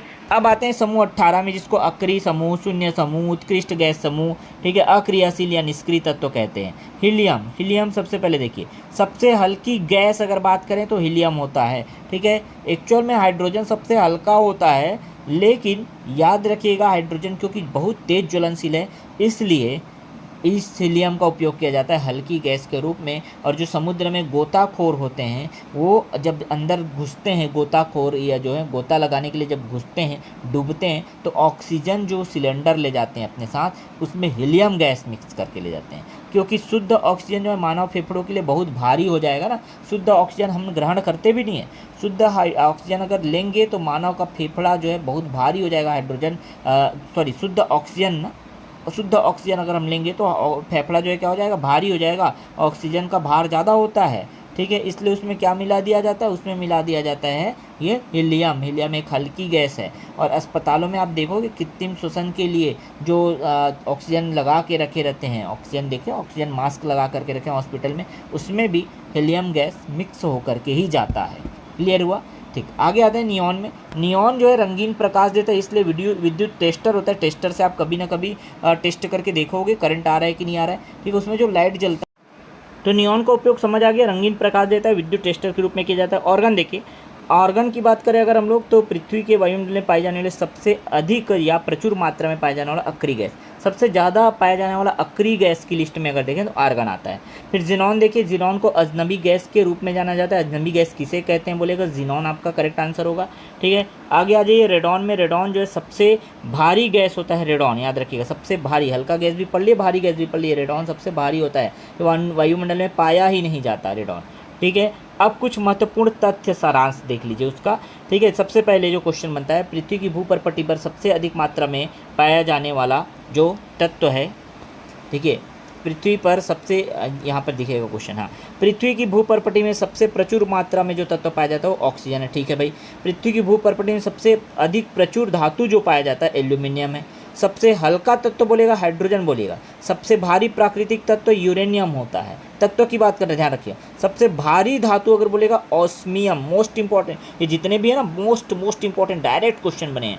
ठीक है, इसलिए इसको मैं अलग से रखा हूँ। सबसे भारी धातु ऑस्मियम, सबसे हल्की धातु लिथियम, दोनों याद रखिएगा, हल्की धातु लिथियम, भारी धातु ऑस्मियम, ठीक है। तत्व बोलेगा तो अलग आंसर होगा भाई, धातु अधातु बोलेगा तो उस पर ध्यान देना है, ठीक है। आगे देखिए, द्रव अवस्था में पाई जाने वाली धातु, द्रव अवस्था में पाई जाने वाली धातु कौन है, पारा है। द्रव अवस्था में पाई जाने वाली अधातु बोलेगा ब्रोमीन है। विद्युत का सबसे अच्छा सुचालक या धातु कहें तो चांदी है।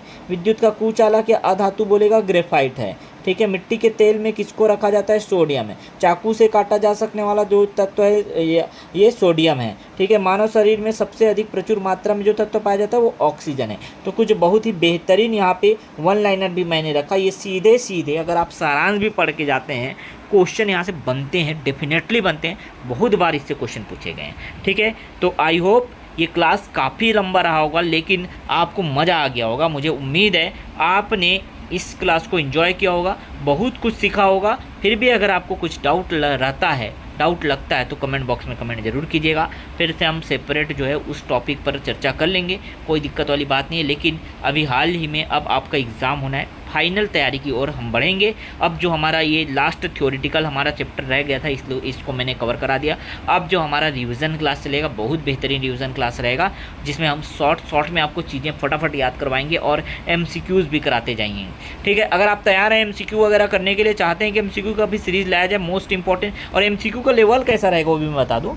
MCQ का लेवल मैंने 3 लेवल में बांटा है, ठीक है। ईजी, मॉडरेट और हमारा जो रहेगा हार्ड, ठीक है। अब ये समझिएगा पेपर आपका कैसा आएगा। बहुत सारे स्टूडेंट, बहुत सारे कैंडिडेट को लगता है कि सर हमारा पेपर इजी तो नहीं आएगा, तो हमारा पेपर हार्ड आएगा। ये भी हार्ड भी नहीं आएगा, पेपर आपका रहेगा मॉडरेट, मैं गारंटी दे रहा हूँ मॉडरेट रहेगा। इजी टू मॉडरेट रहेगा, मॉडरेट टू हार्ड नहीं रहेगा, इजी टू मॉडरेट रहेगा, ठीक है। इजी टू मॉडरेट रहने का मतलब आपको सवाल वैसे ही रहेंगे, इजी रहेंगे, लेकिन आपको उसमें थोड़ा घुमा फिरा करके पूछा जाएगा, बस उसी का तो प्रैक्टिस करना है आपको। देखना मैं एक ही सवाल को कैसे तीनों तरह से मैं समझाऊंगा, एक ही तरह का सवाल रहेगा, लेकिन पूछने के तरीके से वो क्या हो जाएगा, कभी बहुत आसान लगेगा, कभी बहुत जो है क्या रहेगा, मध्यम टाइप का लगेगा, और लास्ट में देखोगे बहुत हार्ड लगने लग जाएगा वही प्रश्न। देखिएगा आगे मेरे पास है सीरीज़, ठीक है।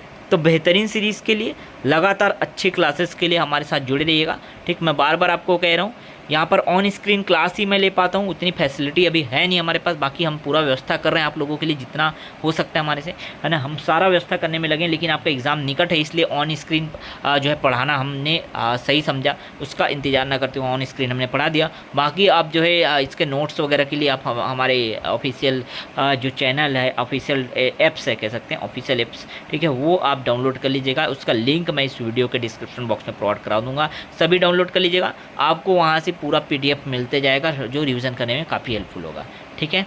तो चलिए मिलते हैं नेक्स्ट वीडियो में। हाँ, और ये बात है, कई लोगों का फिर सवाल उठेगा, सर क्या वो PDF फ्री मिलेगा?